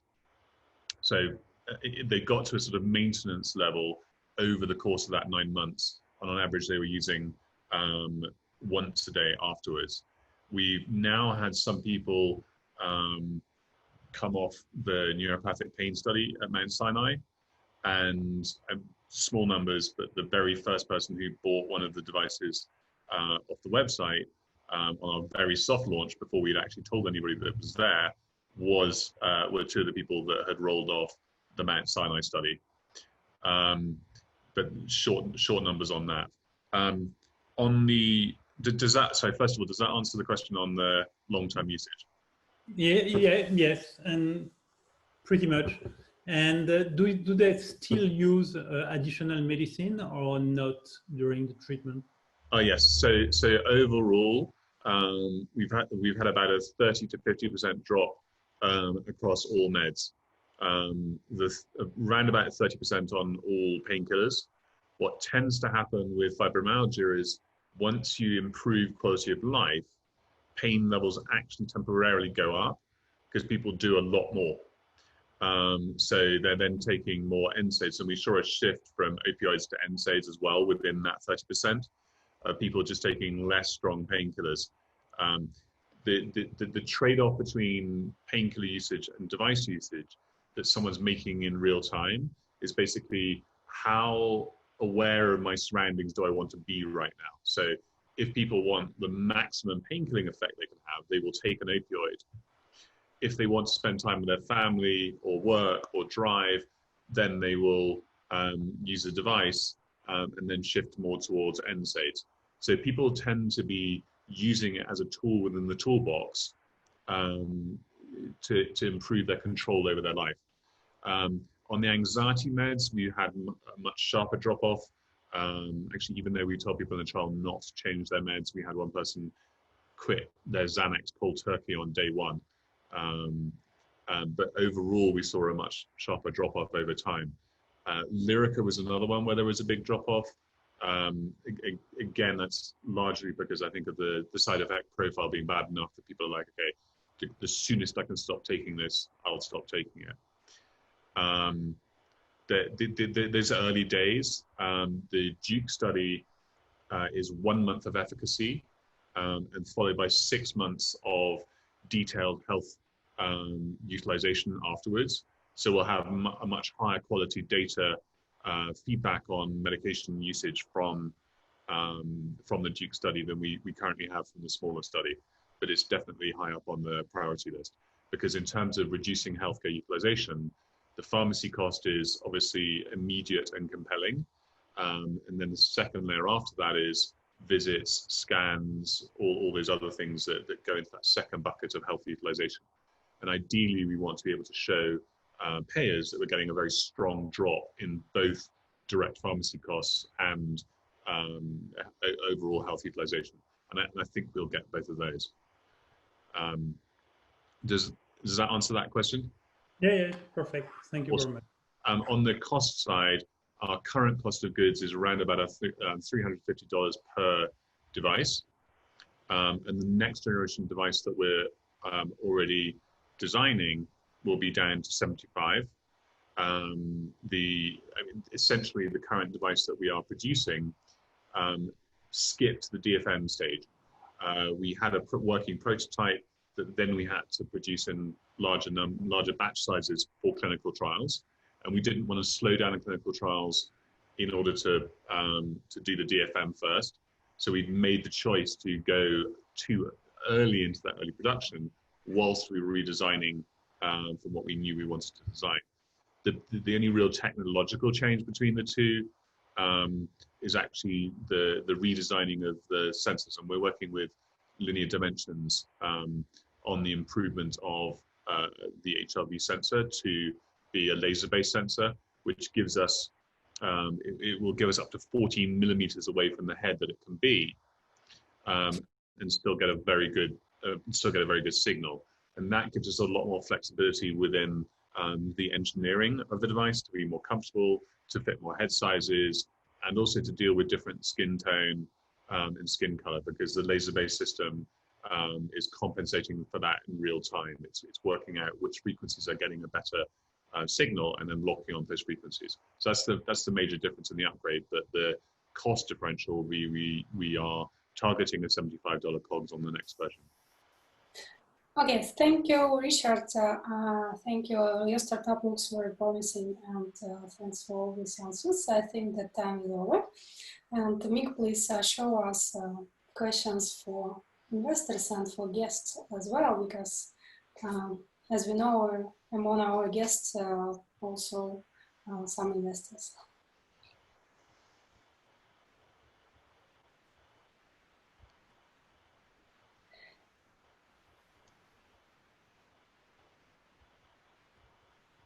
Mick, please tell us when you have results. Yeah, it's going. So almost half of you guys voted. So we are waiting for another half. Yeah, but you just can mark low investment interest, medium investment interest, or high investment interest. It's up to you. It will not be seen by anyone. And meanwhile, we have our next startup, who will be? Our next startup will be Your Life RX, and I see Baruch already ready to start the presentation. So just waiting for your. Okay. Yeah. Yeah, that's it. Yep.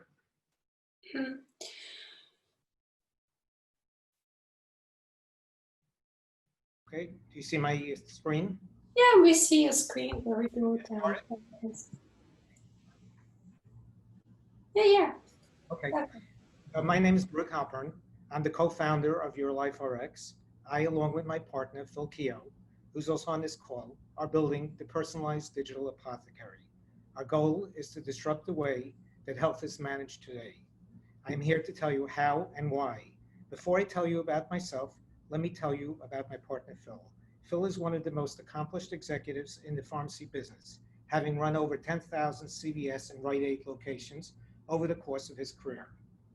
He also ran Millennium, a long-term healthcare company. More recently, he is president of pharmacy operation of Sears Holdings. Phil is a great asset in navigating the over $400 billion, highly regulated healthcare business. Now, let me tell you about myself and the experiences that have made me who I am today. I started life as an accountant. At 24, when I received my MBA, I started working as a business analyst for a major chemical company, evaluating the economics of multi-$100-million chemical plant expansions. At 26, I was asked to run the accounting, credit, trade departments for a $550 million division of Celanese Corporation. At 28, I was promoted to director of the Celanese $250 million pension fund. At 30, I went to Wall Street, joining Fred Alger & Company, an aggressive equity firm. 5 years later, I decided to go on my own, and that is where Halpern Capital began. Our focus was on quality equity research and banking. We raised over $900 million in capital for public companies. Our clients were primarily hedge funds and private equity firms. We also completed several leveraged buyout deals with known firms such as Bain and Bear Stearns. To summarize, I am basically a capital markets guy. However, I define myself as an analyst who loves to solve problems. So why am I here to talk to you about a next generation healthcare company? Here's where my story begins. 30 years ago, I was diagnosed with Crohn's disease. It is a life-threatening chronic condition.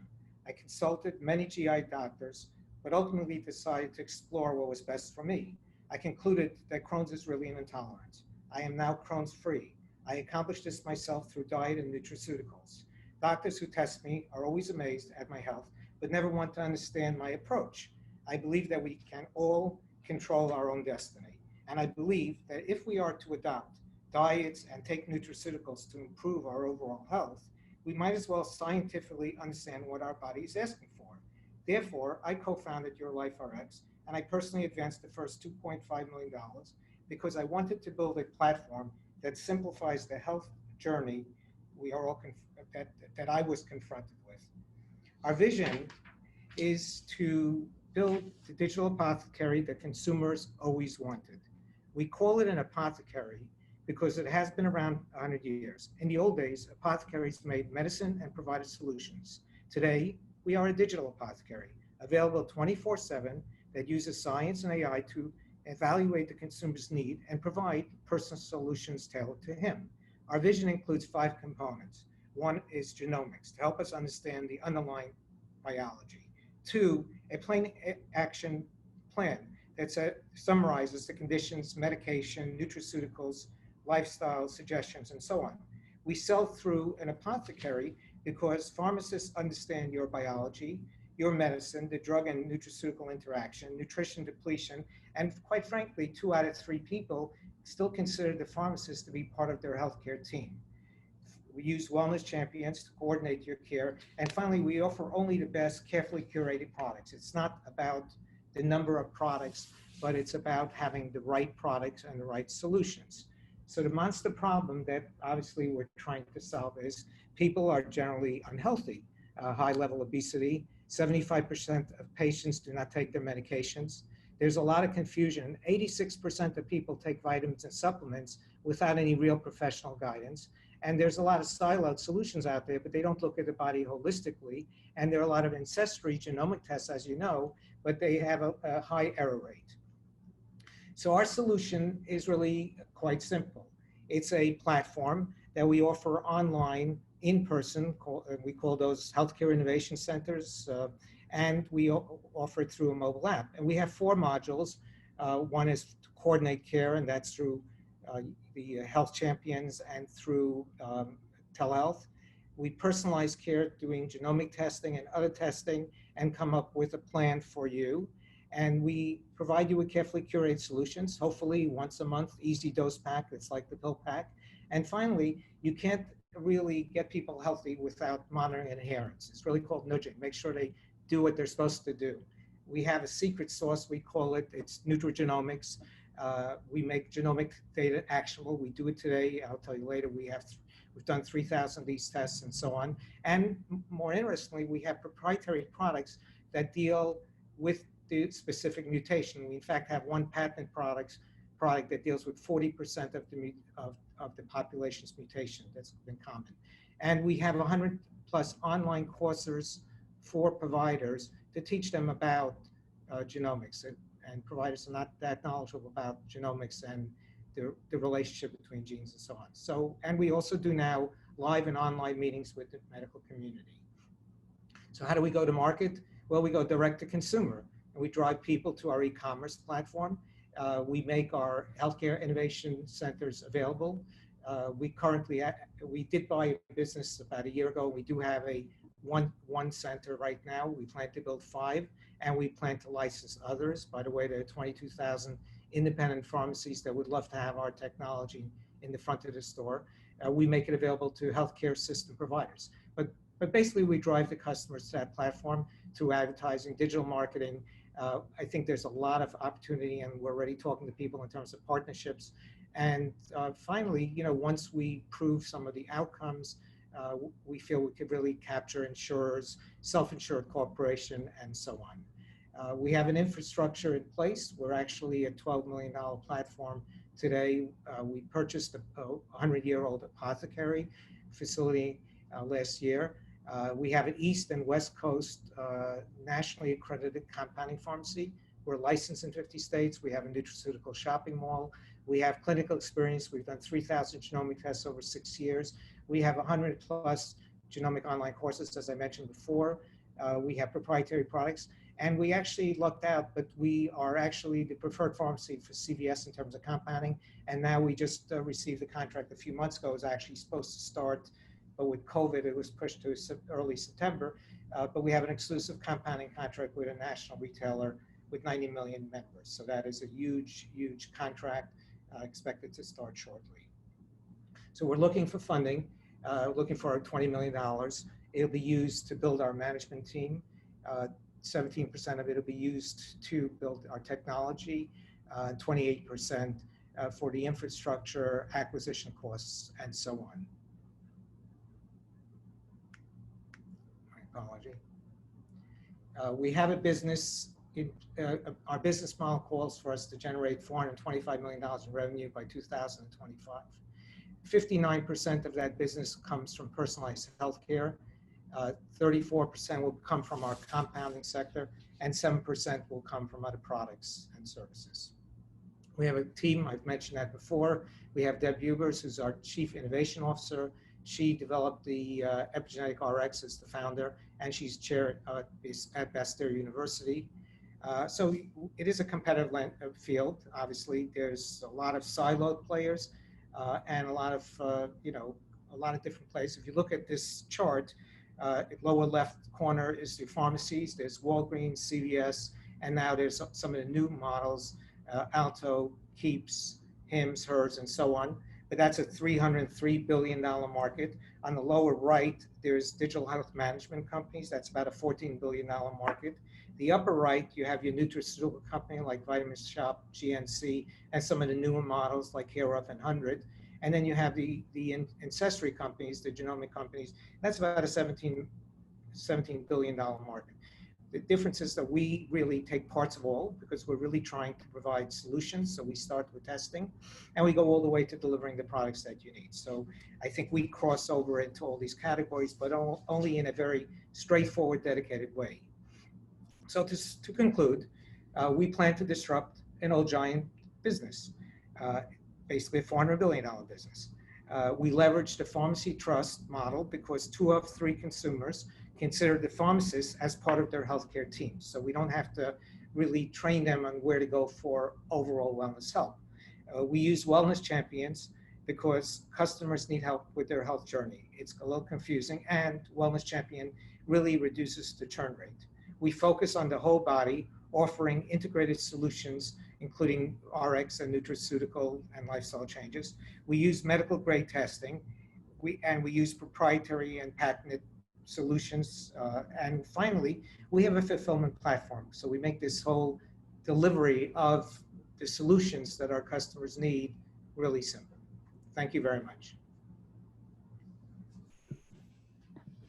Thank you, Baruch. Thank you very much. Now time for questions. Personally, me, I think the startup is very promising, and we also got very good feedback from our advisors, from our main advisors, from our team. And yeah, do you have any questions?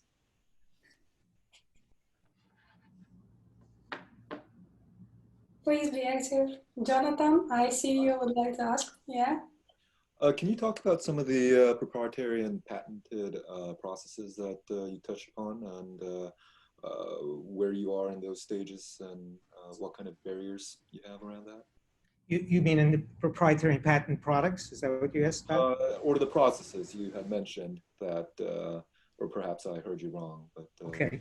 Well, we have a nutrigenomic test. I'm not going to answer this really well. My partner on that side was not able to come today, but we have a nutrigenomic test, and we have 11 proprietary products. We have 1 patented product that deals with the MTHFR gene. So these are products developed to deal with the direct gene mutation. Mm-hmm. Elliot, would you like to ask questions? Hi, Berg. This is Scott Amix. I have a couple of questions for you. One is, I wasn't sure if I got the information accurately. Can you go over again in terms of where you are in terms of sales and path to break even? And my second question was, and again, I may have missed it, if you could just elaborate a little bit on your core assets that supports your defensibility? Right. Okay. So, I mean, we basically have a $12 million business. We have a $5 million compounding business that, you know, is a pretty high margin business today. We do quite a bit in nutritional products and nutraceutical. We have a broad range. We bought a store a year ago that was an $8 million business, and as part of the acquisition, we're getting the epigenetic capability, and we're getting another compounding lab. We do have a contract, as you know, with a huge national retailer that's soon to start. So we have all the core capabilities in place. We've done a lot of testing, so we have all that. So we don't have to develop anything to really launch our what I call our sort of main product, which is the personalized care product. Elliot, you wanted to ask questions? Yeah, absolutely. Elliot from Dream It here. Thanks. Just wondering, so how sort of sticky is the user experience kind of to date? How long do you anticipate consumers being on the platform? And then as you're expanding into payers, are you sort of, is the plan to kind of track some of the outcomes and the change in patient quality? Okay, I'll let my partner Phil Keogh, if he could open his mute, talk about the outcomes and how that will work. And Phil? Is he one of the panelists? He was supposed to be a part of this team, and if you can, please make live. Sure, what is his name? Phil Keogh. But just to start, I think you asked first about the break even. Was that your first question? I apologize. My first question was actually just about sort of engagement and how long consumers on average are going to kind of stay with the experience and where you see the drop-off point. Yeah, so I mean, we built in the model like a 15% churn rate, right? But we hope to keep the consumers engaged because we are delivering sort of monthly product. We're making it very, very simple for them. And we're using a Wellness Champion. I look at the Wellness Champion as a salesperson, nudge kind of person, someone makes sure they sort of stay on plan, probably not so different than Livongo does with diabetes and so on. So I think we built in the 15% of the prior cumulative customer churn rate. So we built a pretty good churn rate on that. In terms of, are you getting Phil on? Obviously, we're part of a very important part of the whole capital raise is to build the systems to monitor results. Obviously, we fully expect to get results in a very positive way and get those outcomes. We have a fourth partner. We just didn't put him up there yet, but he is a technology guy who's built major consumer platforms. So we, of course, expect to use him in a large way to do the digital marketing and to engage providers. We do engage providers today through the acquisition that we're buying. And of course, we have, as a compounding pharmacy, very dominant in New Jersey, we have like 18,000 doctors. So we have a whole range of customers. I think what we need the capital for is to take all the capability we have. And obviously, it's hard to do 1,000 genomic tests manually. So computerize it. But we have the capability and we have the management team to do that. But we need the capital to really scale. Baruch, can you please tell what is the name of your partner one more time? Phil Keogh. Oh, Keogh. Okay. Keough. Okay, if you can hear us, can you please write down something in chat so we will identify you? If not, then if he's not with us, sorry. 717 phone number if you're able to. We actually need the name, and if your partner wrote his name, Mika can identify him. Just Phil. Yeah, I see. Phil, right? Phil. Oh, you didn't say Phil. Okay. First name is Phil. It's not okay. Yeah, and I promoted him so he can now answer some questions. Himself. Yeah, sorry for that. Phil, please answer. Can you hear me now? Yes. Awesome. All right. I've listened to the whole panel discussion and the first two presentations as well as Baruch, so sorry about that. It just would only let me on audio. Because I've been playing with this trying to get hooked in. What was the question where you needed Elliot, is there any question that you want Phil to answer more on the outcomes and so on? Yeah, if you could just add more clarity. I just think, you know, it'd be like as a payer or as a provider, like one of my questions would be really kind of understanding some of the adherence pieces of this, right? And the engagement, right? And some of the outcomes. I know you're early in that, but just curious to if you could add some more color there. Sure, no problem. Clearly, this is a big part of what we're doing. As I am a pharmacist by profession, so for me, all of this work has to build up toward proving better outcomes. Now, I know from experience and history that the more you can have someone compliant on whatever Medicaid or medical regimen you have them on, that you do get better outcomes. In this scenario, because we're going to be basically hand-holding these people through their health journey, which speaks to your stickiness question. We believe we can actually have patients for life because we can get them on regimens. We can put them in compliance packaging where, you know, right now all of that is very easy to do. I did it 10 years ago with Millennium Pharmacy Systems for nursing homes. It was taking that same technology, applying it to the consumer. There is a huge pent-up demand, I believe, initially with the self-insured companies. I think we create a great base offering that we can go to them. And at the end of the day, it all comes down to the data, where we're collecting it through the DNA testing, the genomic testing, as well as the outcomes. Our intention is to, you know, use technology, take the data, and be able to then show the outcomes that we're looking for to actually be able to prove out the model. So then that's when you can go to payers and others with the data to actually then get into the national networks, where then you go from a great company to just explosive growth.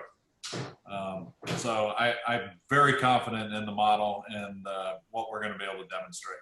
Early on, it will be more manual, but with, as he mentioned, our IT partner that we brought on, he's an internationally known stellar guy. It's going to help create this user interface, which will evolve as we go to, you know, help us with the whole compliance and adherence piece.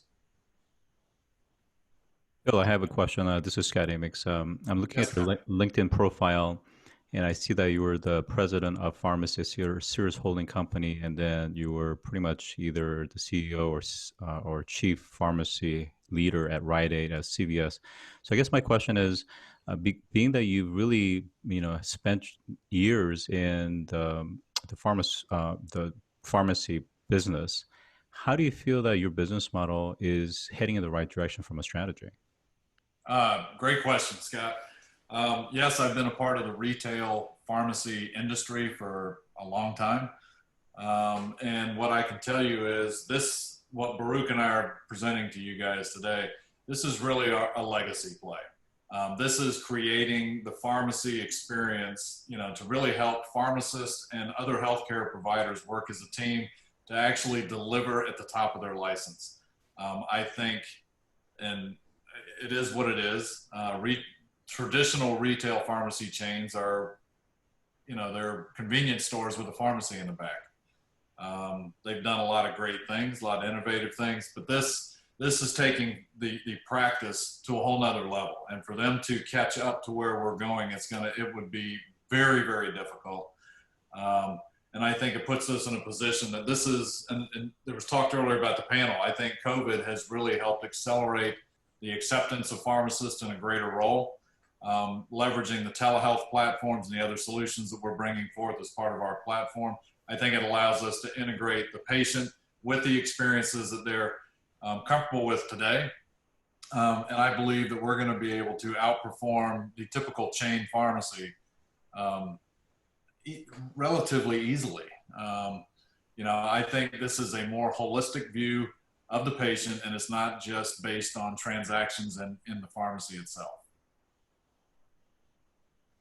Just let me mention, I mean, as a pharmacy, our whole thing is really related to solutions. So we're not looking to do what many companies, if you go to Whole Foods and you want to buy supplements, they've got like 25 varieties. We're looking to really bring in products that deal with specific issues and create protocols so we could broaden the market. So that's a big difference. So that's why we call it next generation apothecary, obviously, and obviously offer it in a digital way as well. Can I ask a question as well? So you mentioned you basically have this consumer arm, but you'll be focusing as well on the medical side and reimbursement. Do you have some specific conditions for that in focus? We're not trying to pigeonhole ourselves with just some conditions, you know, not just diabetes, not just, you know, high blood pressure or cardiovascular. I mean, this, you know, by leveraging our genomic testing panels, it's going to show certain mutations that's going to, you know, and we're also going to have medical intake so that we're going to be able to combine their profile to have an overarching view of their condition, run the test to see how that lines up, where they have opportunities, and then to lay out a protocol-driven plan that could, it may not always involve a product. It could be lifestyle changes. It could be diet and nutrition. We have a nutritionist on staff already. And then, you know, this action plan being laid out by a healthcare provider for the patient, regardless of their condition, okay? And then with our wellness coaches and our pharmacy teams, you know, hand-holding them along on this journey, obviously to get better health outcomes that we can then demonstrate to not just the consumer, but then to the payers ultimately. Okay, thank you very much. I think that we got a lot of information about this promising startup from all members of the team. And time is over. Now, Mick, please show us questions. Yes, so questions about your investment interest in your life RX.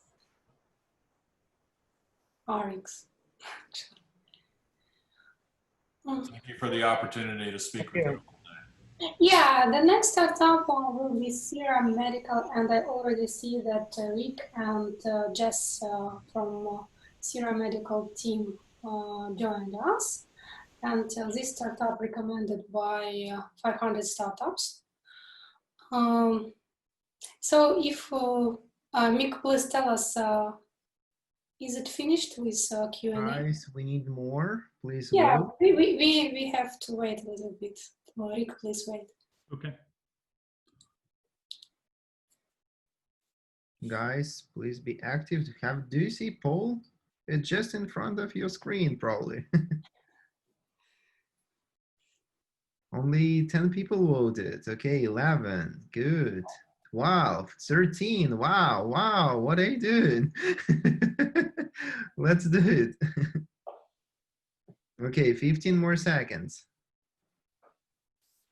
Okay, last chance to vote. Just counting down like SpaceX Dragon Crew.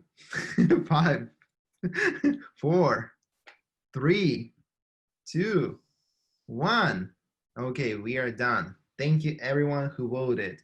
And please be more active next time once you will be voting for Serum Medical. Thank you. Thank you. Rick, please start. Hi, can everyone hear me okay? Yeah, we can hear you. And you can see the slides? Yes. Perfect. Thanks so much for having us today. I'm Rick Bieberman. I'm Chief Executive Officer of Serum Medical. Also on the line is my colleague and co-founder, Jesse Cordier. So Serum Medical is developing augmented reality software to help clinicians with pre-surgical planning by providing them with patient-specific holograms that have been derived from the same data used to generate a conventional CT scan or MRI. Our images are meant to be used in place of CTs and MRIs, and we provide far greater anatomical clarity. So we've all been there. We've had a child at the playground playing on the monkey bars. She falls, hurts herself, and has to head to the emergency room. A CT scan at the emergency room reveals an elbow fracture with a number of bone fragments. And for surgeons, putting these fragments back in the right place is like putting a jigsaw puzzle together. And oftentimes, many of these fragments fail to show up on either the CT or the MRI, and this causes big problems for surgeons because it requires them to make a number of critical decisions on the fly during surgery with the patient under anesthesia.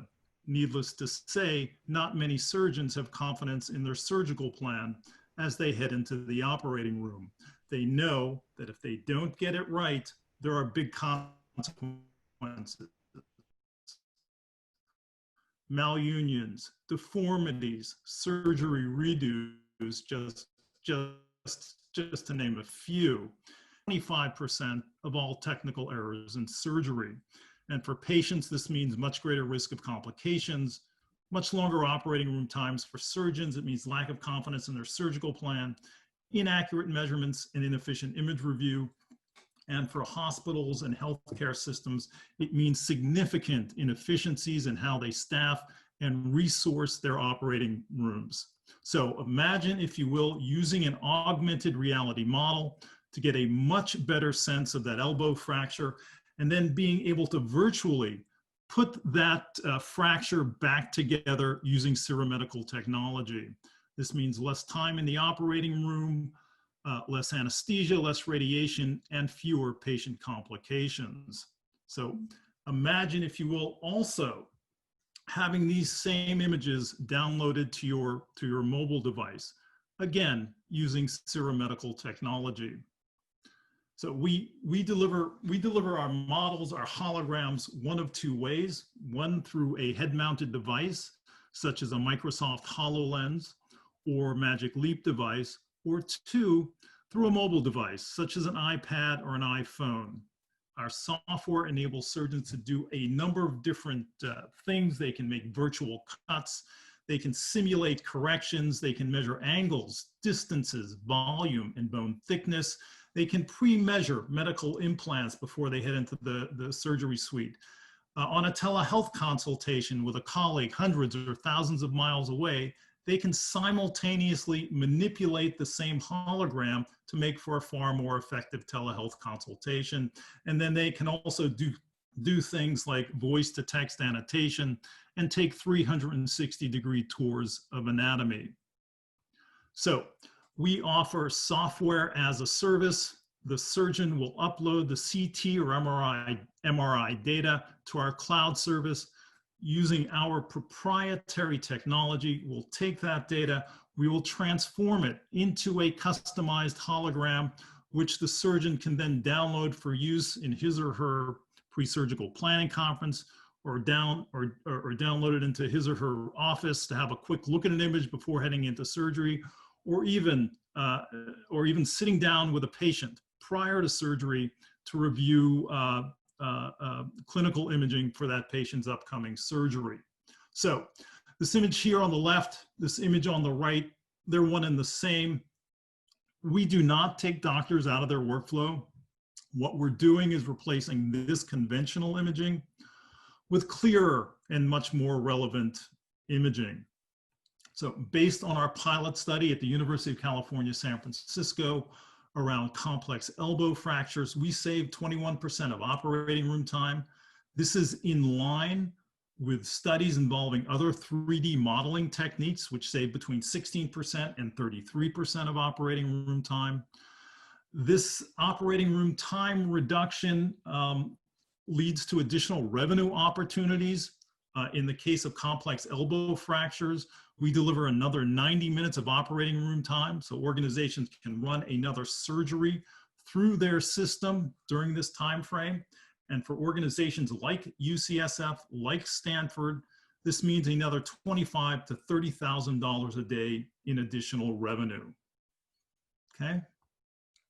So we're projecting a big market, augmented reality in healthcare. It will be a $2.7 billion market by 2025. We've been talking about the pre-surgical planning market. There are a couple of other markets that hold great interest for us.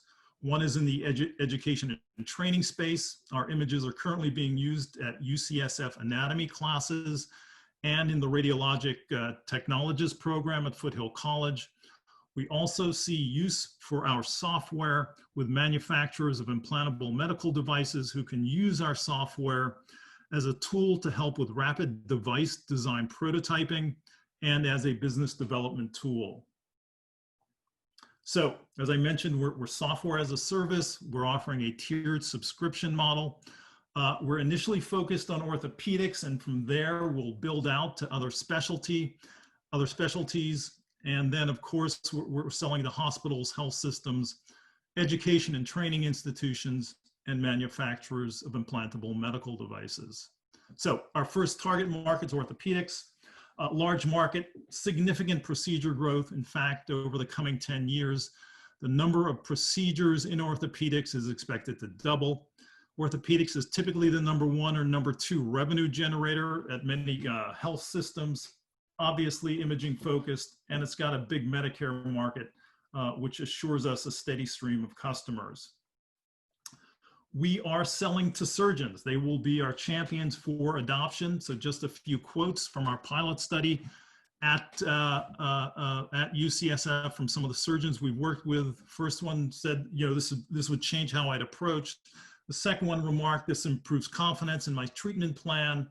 And another mentioned it gives you more information on how these elbow fracture fragments fit together and the relationships of the fragments. Okay.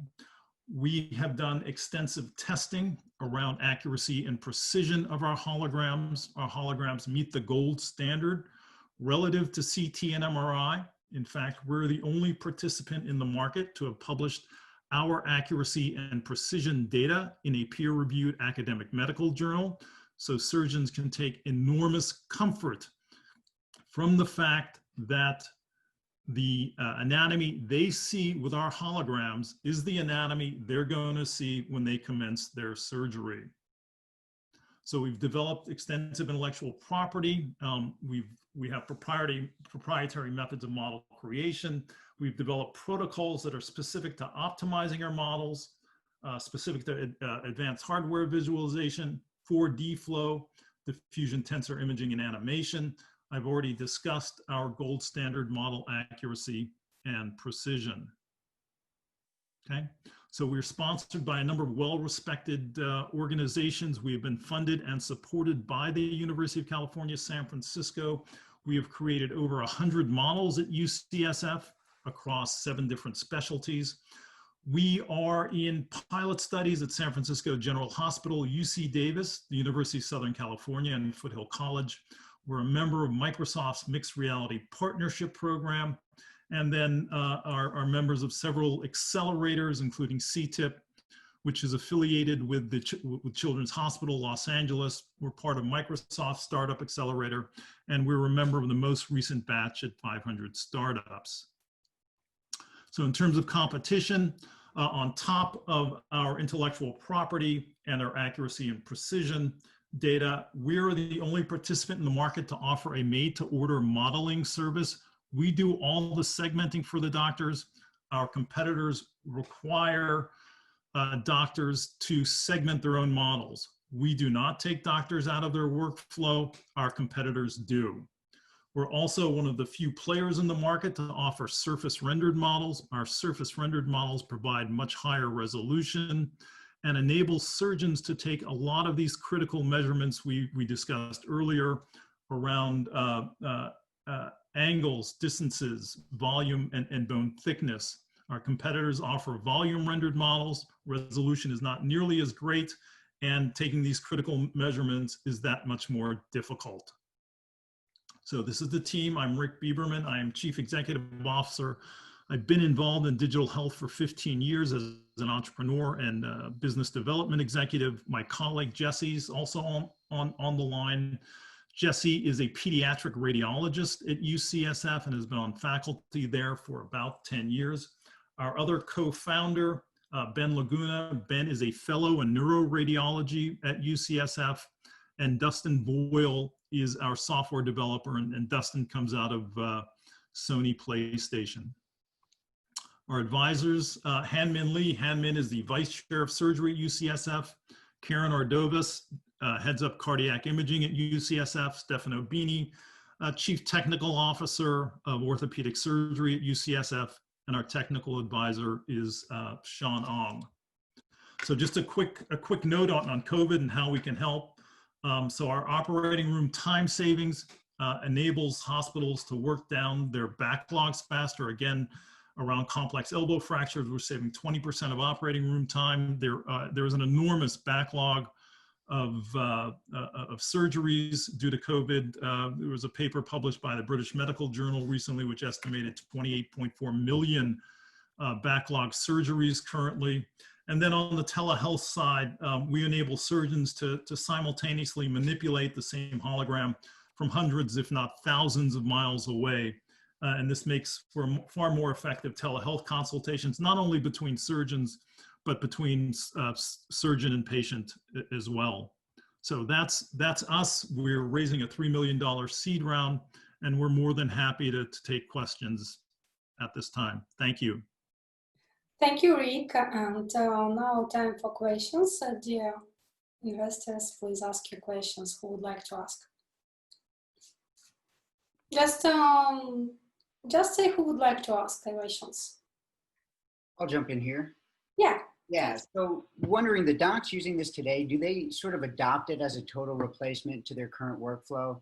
Like if I review 10 CT MRI scans, how many times am I sort of throwing the device on? Yeah, so the way this breaks down is if you're throwing a head-mounted device on, chances are you're using that in a pre-surgical planning conference. Yeah. Okay, so they're reviewing. So as you know, Elliot, hospitals, health systems have pre-surgical planning conferences weekly or bi-weekly, and during those conferences, they're reviewing 10, 20 different complex surgeries. So they would be using our models for each of those surgeries. With the mobile device, that's geared more towards a surgeon who wants to have a quick look at imaging prior to heading into a surgery. Those tend to be less complex cases, like a joint replacement, et cetera. So those are one of our advisors, Stefano Bini, his bread and butter is joint replacements. He'll be using this on a regular basis right before he heads into surgery. The point of the mobile device is speed and convenience. So all he needs to do, take out his iPad or iPhone, have a quick look at it, and then head into surgery. Thank you. More questions, please. I have two questions. One is for Justy and one is for Rick. First, Justy, can you expand a little bit on your methodology that allows for that level of accuracy and precision in terms of transformation of CI and MRI raw input? And my second question, which is for Rick, is because of the fact that there is an expectation of accuracy and precision, even though it is for pre-surgical planning purposes, how do you mitigate some of the legal liability issues as it pertains to clinicians relying on these 3D holograms for, basically looking at everything from virtually sized medical implants? Yeah. Certainly happy to expand on that first point. With those exact concerns in mind, that's the way we started with our accuracy and precision data. We started off with American College of Radiology, or ACR phantoms, that are used for calibration of the CT machines and MR machines as our starting point for our gold standard, our ground truth. So we did physical measurements on these phantoms as our first step. We scanned those both with the CT and MRI scanner, and then we converted those into DICOM images that we would measure on an actual PACS station. So that's what I'm, as a radiologist, every day I'm doing measurements on a PACS station. Then we took those and converted those into a 3D augmented reality model. And we compared the measurements across all three of those platforms, both the physical measurements on the ACR Phantom, the PACS measurements that I'm using clinically right now, and then the holographic measurements. And we used both the same standard calipers for measuring that, and we also used the internal measurement standard on the device. And we found that there was no statistically significant difference between those PACS and gold standard and our holograms and gold standard. So these matched with that. And we did that both for CT and MRI. With that exact same thing, knowing that, if we want to say something's 5 millimeters, how close is it really to 5 millimeters? Because those differences matter. And this, again, is within the actual source data of 0.625 millimeters. So very thin slice data that we're able to get approximate, very close measurements with. And then Rick, I'll let you, if you want to. Yeah, so on the second point, I just want to be clear. So we're not a diagnostic tool. We're obviously a planning tool, a reference tool. No, a couple of things. First, before we deliver our holograms, they're signed off by a board certified radiologist. So if there's a problem with the image, a problem with the hologram, that board certified radiologist is there specifically to identify it, to catch it. There's also, as you know, we're the CTs and MRIs are there as well. So we don't, in terms of liability, I don't think it's a large issue for us. It's not a large issue for us. Again, we're getting board certified approval of our images before we deliver them to our surgeon customers. To piggyback off that, similarly, the software that we're using to convert from DICOM to a 3D mesh is FDA approved software, Materialize, which is 510K cleared for conversion of DICOM to 3D. So this is used in the same vein as 3D printing. And so we're using that same type of software to convert this to a medical 3D mesh. With those steps in mind, and just as Rick mentioned, the liability would be the same as a 3D printed model or me measuring something on an FDA approved PAC station currently. That's a great point. Thank you. Yeah, thank you, Scott. And do you have any more questions? I have one. Just I'm curious. Just what are the proof points behind the pilots that would trigger conversion?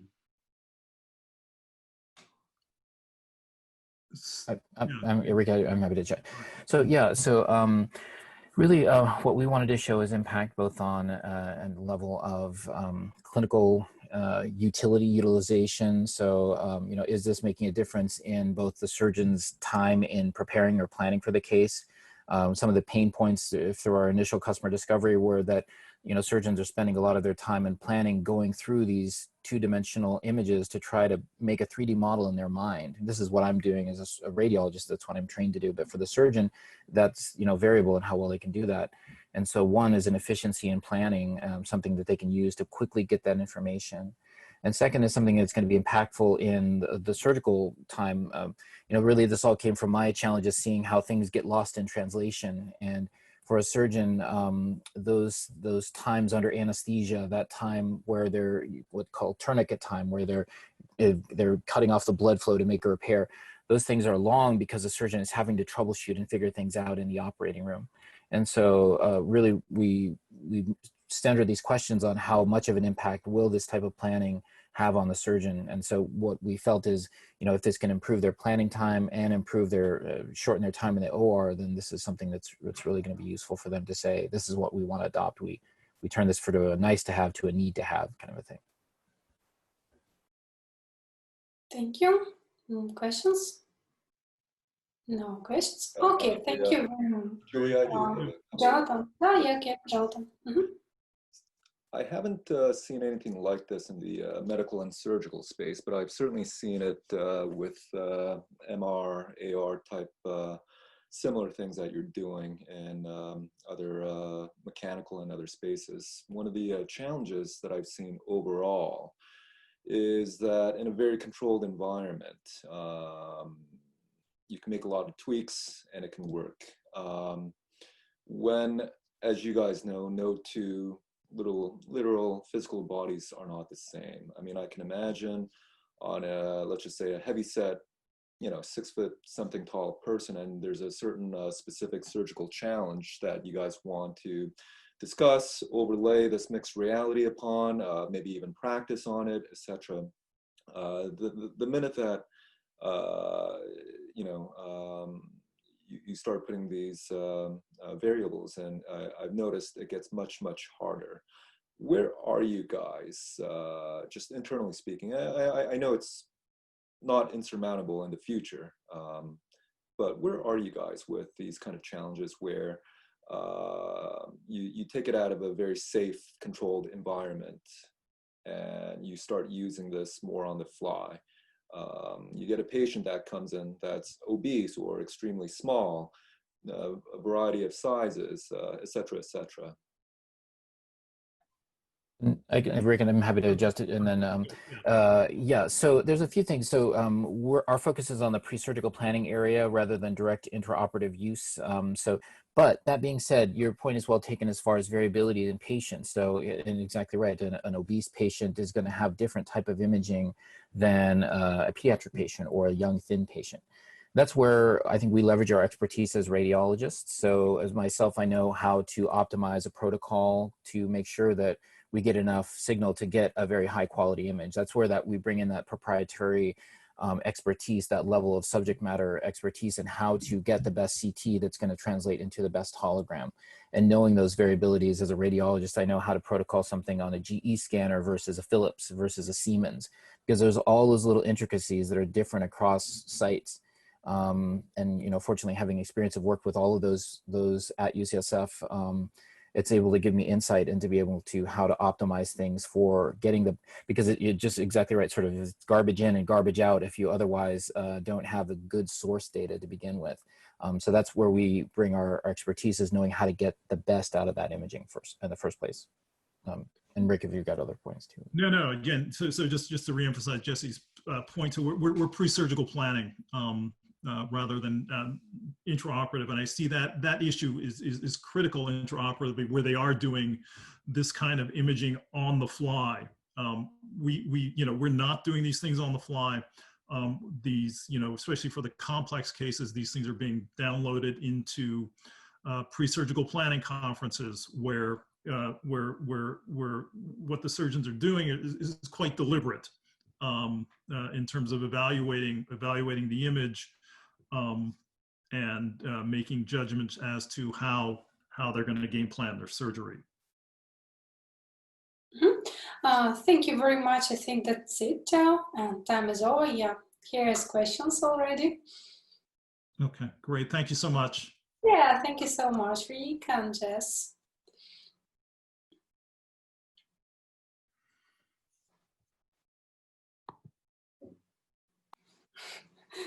Mick, will you count this time? Right. Well, right now it's more active actually. And we see some progress in 13 people already voted.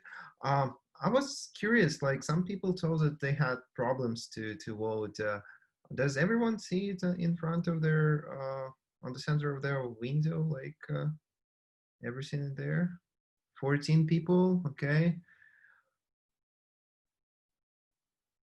If you have problems with voting, please tell us in chat.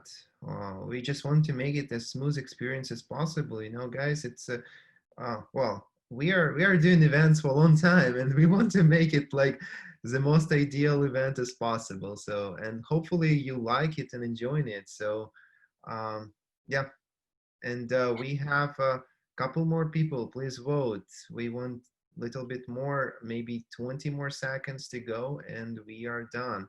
And meanwhile, we have Howard already almost ready from BFF Biomed. Howard, are you with us? Howard with us. Yeah? Yes. Yeah, cool. And you will be sharing your screen in a second, right? Presentation. FB Biomed, so please show your presentation, and we are going to start your pitch very soon, just in a few seconds. Okay. Yeah, guys, last chance to vote, and we are done. Okay. Thank you very much for your feedback, and thanks for your positive feedback to me personally in chat. So now, Howard, please introduce yourself and your startup. Hello there. This is Howard Dernovitz, and I'm. Can you hear me? Yes, we hear you and we see your presentation. Great, fantastic. Hello, everybody. My name is Howard Dernovitz, and my partners Julian Ray and Stephen Ernovitz should be on here, and we're FBB Biomed. And if I can jump into our presentation, the bottom line is that we have a pandemic occurring, and the tests are terrible. The scientists, this is from Kaiser Health, they're calling it the Wild West on our weekly FDA call. We basically are hearing the FDA talking about how many tests they're pulling from the market. And it's needs help. It needs our help from the biotechnology industry. And so what our test does is at FB Biomed is we're in a unique position where we're asking just exactly what's going on in this patient. And we don't want to pick and choose our favorite virus. We want to sequence everything. And so our test looks at the immune system, not just the virus. And what makes us unique is the tests available today. Antibody screening tells you whether you had a past infection or not, or you may have a current infection. And that the viral load test tells you whether you have a present infection. So our test, since we measure everything, is we're looking at your immune system status. Are you going to get a disease or not? Do you have COVID-19 currently? And the other thing is, what other bugs do you have? I was alarmed and ecstatic to hear on the FDA call this week that they said they would look favorably on people that were going to try and bring through the FDA tests that look for other respiratory viruses. That imagine you're the physician, you get the news back that your patient doesn't have COVID-19. But the question then is, well, what does my patient have? So that's what we're going to do, is we're going to finally build a test that can give maximum amount of information to a healthcare provider with minimal impact on the patient.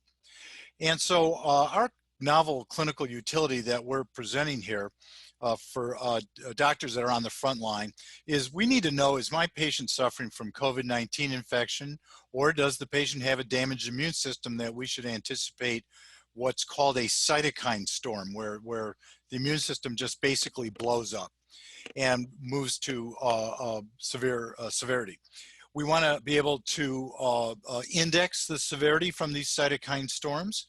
And then what if this patient has a treatable co-infection? That is, in fact, one of the reasons why the disease is so severe is, can we tell you that there's a herpes virus where you can give a antiviral, or is there a bacterial infection? And then which personalized therapy should I recommend first for my patient? Well, that's based on the report. And is my patient responding well? Well, this is a test that's not just a screening test, but we'll also monitor. So if you're doing well, if we're doing well, then you have to go ahead and see the biomarkers come down. So next slide, let's see. Okay, here, now. So in here, this is a table that basically breaks out for you the where this test fits into the landscape of the testing menus. So with our approach, we want to be able to make sure that when a patient comes in, that you have the greatest possibility of knowing that the patient has COVID-19. You want to know quickly, within a 2-hour time frame, and the infection status of what other bugs are in there. And then, is this patient going to have a cytokine storm? And the confirmation test we'll do is, if we get a positive that it is a COVID-19 or an actionable item, we will then simply morph that into a confirmation test, which is a full blood draw, and then that takes less than 24 hours. The first one's less than 2 hours. And then the convalescent test is to monitor the patient for the duration until the patient can leave the hospital safely. Note, please, that this test is for everything. It's simply the same test because we're measuring everything. That when COVID-19 is finally contained, we hope so earlier than later, we're still going to use this same test. We've started out originally with multiple sclerosis. We then added on proof of concept studies for Alzheimer's, Parkinson's, and ALS. And that's the basis of our intellectual property we'll be filing shortly. And that this test will be the same, is we'll be screening for you for whether did you start Alzheimer's. And my guess is we'll know that 10 to 20 years before you actually get to the severity of the disease. And the confirmation test will let us know the severity, and then we can monitor therapy. This gives a target for drug companies to start going after. It's modeled on the same HIV AIDS model of once you have a target, you can then contain the virus with combination therapy. The various different prices, a screening test needs to be cost effective. It's usually $50. We'll add it on to existing COVID tests, so we add our severity index. It's called a quantitative PCR test, less than 2 hours. Here it's a royalty model, so there is no cost of goods involved. In the confirmation test, this goes to next generation sequencing. So we sequence everything, we get an answer, and these tests now, just to let you know, the prices are coming down. It costs about $1,000 to do the whole human genome. We can price this at $900, make 40% margins on this because of the fact of our proprietary test enriches for sequences that we can bring the cost of goods for sequencing down. So unfortunately, when we looked at this in February and we're asking the question, how bad is this going to get? I think we're all in a spot now, this is bad. And the thing that makes COVID-19 really bad is the fact that it can cycle from humans to animals and back to animals, back to humans again. So we're going to have to be testing for at least the next couple of years. Healthcare workers, people that are in elderly care, people that are the education, schools, teachers, public transportation, allies, retail business, oil and gas mining, food processing, delivery, restaurants, and hotel. This is a large market that needs to know that it is not coming down with a second or third wave of the COVID infection. The testing model that we use is you test, you treat, and then you repeat. And so we collect at the site of origin. We believe that there's enough material in that we can eventually get this to a finger stick test, but then extract the blood. We run it in our proprietary chemistry, plus with our proprietary bioinformatics pipeline that we had to design for these kinds of infections, and then produce a clinical lab report that just clearly states to the doctor what is the interpretation so that the best clinical decision can be made. So the revenue, as I alluded to earlier, is the fact that we will do revenue one, we'll license out our IP. We have proprietary primers for COVID-19, for the various different other virus infections, for the cytokines, the immune system status, and we'll cut that deal with large lab service providers that will work on a royalty stream. They just simply take and license from us our sequences they can put in their platform. We'll get license fees for it. There'll be clinical useful testing and better outcomes for the patient. So this is ready to go on most genetic platforms known as RT-PCR and the like. Let me see next. Here.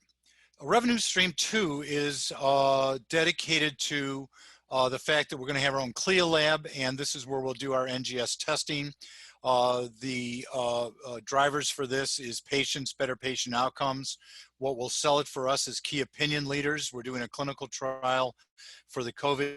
We're honored to have the Dean of the Medical School here at the University of Iowa be the principal investigator. The chairmans of immunology departments in Europe, Germany, all have joined us.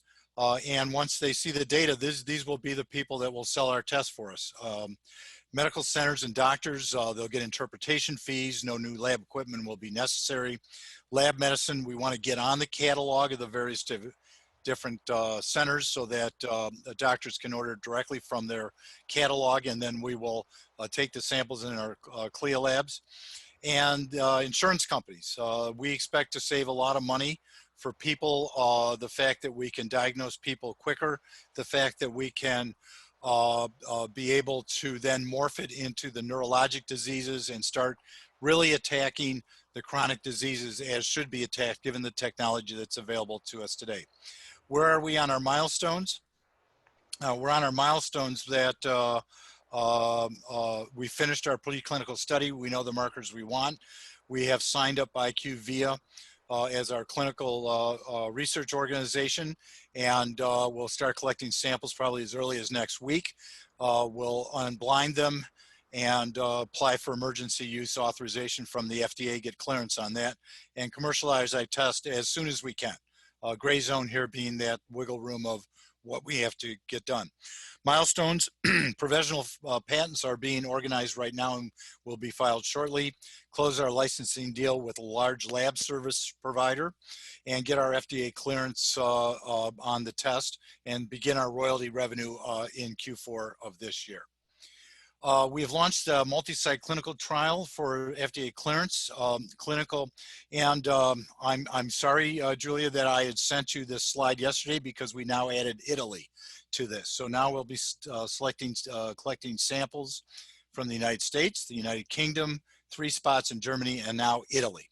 As I said, the Dean of the University will be our principal investigator, and our clinical project manager is the very talented IQVIA. What a great CRO. The bioinformatics pipeline has been tested out on another viral disease, and we're ecstatic about the results. And we've already been in contact with large laboratory service providers to keep them up to date on the progress of our clinical trials. I myself, well, quite frankly, I got a phone call from colleagues, bankers, everybody I know on St. Patrick's Day of this year, and they just said, Howard, you have got to get back in the game. The reason why is everybody knows, my colleagues know that I built 3 FDA-approved tests for HIV, another epidemic of 30 years ago. Rapid test, 10-minute test, the first one, and 2 urine tests for AIDS FDA approval. I got my PhD in RNA virology, good career selection back then in Ann Arbor. Julian is on with us. Julian's our Chief Business Officer, comes from the business of doing artificial intelligence, and he's got his MBA from INSEAD. Steve Ernovitz is my brother. We've worked together for 30 years in 3 different companies. We builds remarkable laboratories. He built me an FDA facility for our first company. He's our co-founder in here, and was honorably discharged from the U.S. Navy. And my long-term friend and colleague of 35 years, Gary Neal, Chief Science Officer at Cerecor. He was at Johnson & Johnson, Chief Science Officer for 10 years, and he's an advisor to the FDA, an MD from Saskatchewan. So our intellectual property will cover the novel RNA sequences. It will cover structured data in bioinformatics. We have already found now that we have COVID-19 intermediates. We will find sentinel RNA. We found genomic hotspots that are indicative of a immune response. The structured data will merge test results with the clinical outcomes for machine learning. There's a lot of intellectual property there. And then the bioinformatics. So let's face it, we go into the junk that sequencers throw out, and we say this isn't junk. These are microbes, these are immune system mutations, and these have clinical utility. The IP enables multiple licensing opportunities. This is what we've heard, personal diagnosis for a long time and just waiting for the technology to happen. This is personalized diagnostic. We will work with the drug companies to develop pharmaceuticals that will be able to be tested by our diagnostics to say whether it's working or not. We'll have predictive algorithms, so when we get a report back, we can say, here's the best treatment for your patient. And then the best thing of all is, with all of these new immune markers we're finding, it turns out that there are a bunch of therapeutic targets. We will then pivot back to where we started, which is in the neurologic diseases. We now have data that we will file in the, we will file it into areas of Alzheimer's, multiple sclerosis, Parkinson's, and ALS. It turns out by taking this approach of sequencing everything, put it in our proprietary bioinformatics pipeline, we will have screening tests, we will have disease severity tests, and we'll have monitoring tests. It'll be an exciting project, because it will meet the criteria of what our company is based on. Is we believe that one life and one test. This is one test that simply measures everything. It's basically the Hubble telescope of diagnostics, and what will come from it, we believe, is great clinical utility and hopefully game-changing for the medical community. I hope you heard me. Thank you, Howard. Yeah, thank you. Good. Thank you. Time for questions. Okay. And thanks, Julian, Howard. if you're on, Yes. Yeah, thanks, Howard. This is Scott Amix. I have to jump off, so I have to ask my question very quickly. In terms of your approach, how do you know that your approach is the right approach? What kind of market validation or proof points are you seeing in terms of whether it's early signs of sales or licensing? Superb. So our goal is to have a published paper from a clinical study. That's why we worked quickly to get the right people, the best people, to put together a blinded clinical study. When the results are then unblinded, we will A, hand that off to the FDA, and then B, publish it as a manuscript. Once you have a manuscript accepted, then you and you have a CLIA laboratory, then you are following the de novo 510K FDA route and be able to make sales immediately. Thank you, Nicholas. I see maybe you would like to ask something. Yeah, no? We cannot hear you. We cannot hear you. Sorry, can you hear me now? Yes, I can. Yeah. No, Yes. this is an interesting model. I'm really interested into the channel you're going to use to scale the business. The model we're going to use. Well, I look at the CLIA lab business as modeled after the once they had their clinical studies published, the very well orchestrated rise of Myriad Genetics. I know Myriad. I did a deal with Myriad Genetics. They basically had one test, the BRCA1 test. Were able to achieve several $100 millions in revenue. I believe they're up to $700 million in revenue in risk tests. And so I think that if we model what Myriad did very cleverly, and critical component is reimbursement. And so we have to make sure that with FDA clearance, that we have to work with various different insurers to make sure that we have a reimbursement model that's consistent, that we can prove to the reimbursers that there's immense cost savings by buying our product. And I think that's the best model out there. Jonathan, would you like to ask something?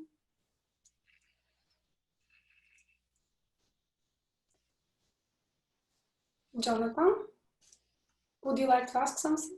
We cannot hear you. No, thank you. Right now, I appreciate it, Howard. Hello.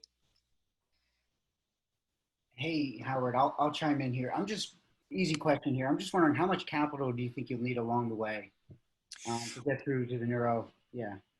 Yeah, so well, to get to the neuro, to get through the COVID, we have signed a term sheet for $4.5 million to get us to marketplace on commercialization. Our original model was 10 million to be able to bring out at least multiple sclerosis to the marketplace. And but now that we have therapeutic drug targets, we're reevaluating our financials to ask the question is exactly what is the strategy? Because as you know, you got to be extremely careful in how you're going to bring products out. If you don't focus and get on the marketplace and have a well-designed strategic plan and a commercialization plan, it could all blow up. So what we did was we picked neurology because that focuses our sales force on one market, one patient, one client, the neurologist. And so if we can keep going back and using our sales channel to constantly be giving new products, adding on new products, here's a new indication that now as you're seeing Alzheimer's patients, this is what this does. So we need to focus. So 10 million is our sweet spot to be able to create a sales and marketing strategy for the neurology market. We'll bring cancer and autoimmune diseases on later. Also, in the last couple of weeks, we just realized that we can, in fact, test for every virus and bacteria there is by sequencing everything. So we'll have to have a strategic plan for making sure that we have a test for the infectious disease market. And quite frankly, this test should work well enough that we should never have a pandemic like this ever again. We will know in advance by setting up sentinel studies with veterinary institutes, World Health Organizations, and the like, that if anybody has an RNA molecule pop out of whack, we're going to start looking at that. And if there's a new infectious disease person, that we will be ready, we'll have the right devices, we'll have a 3-month head start, so this never happens again. That's our mission. That's Great question. Oh, I just said that's helpful. Thanks. Thank you. yeah. And also, I hope it's true. We all do.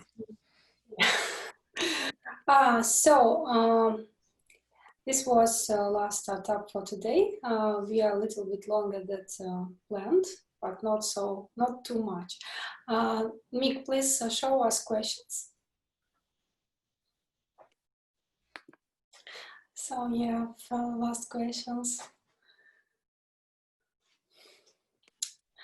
While you are voting, while you answer questions, let's say, because it is not some contest, I would like to remind that we are excited to build such a great community of inventors and entrepreneurs and investors in biotech, health tech, digital health, longevity tech areas.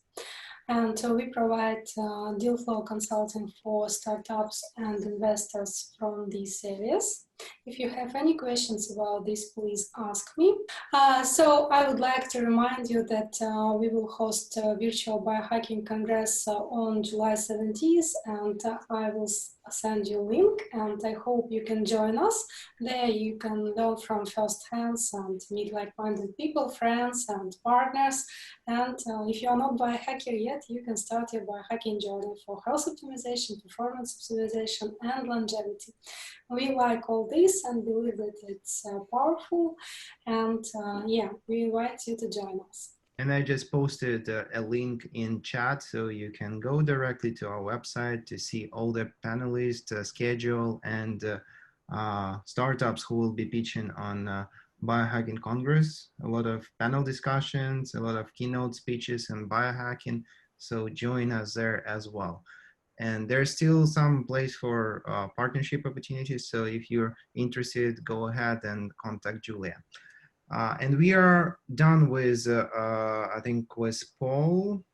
Any last chance who want to vote? Okay, we are done. Thank you very much.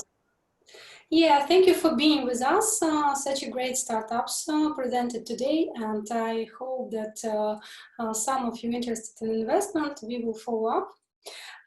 Thank you very much. I hope to see you again at our next events, and ask if you have any questions. Thank you very much. Thank you, everybody. Thank you. Bye. Thank you, everyone. Have a great day. Have a great day. Bye.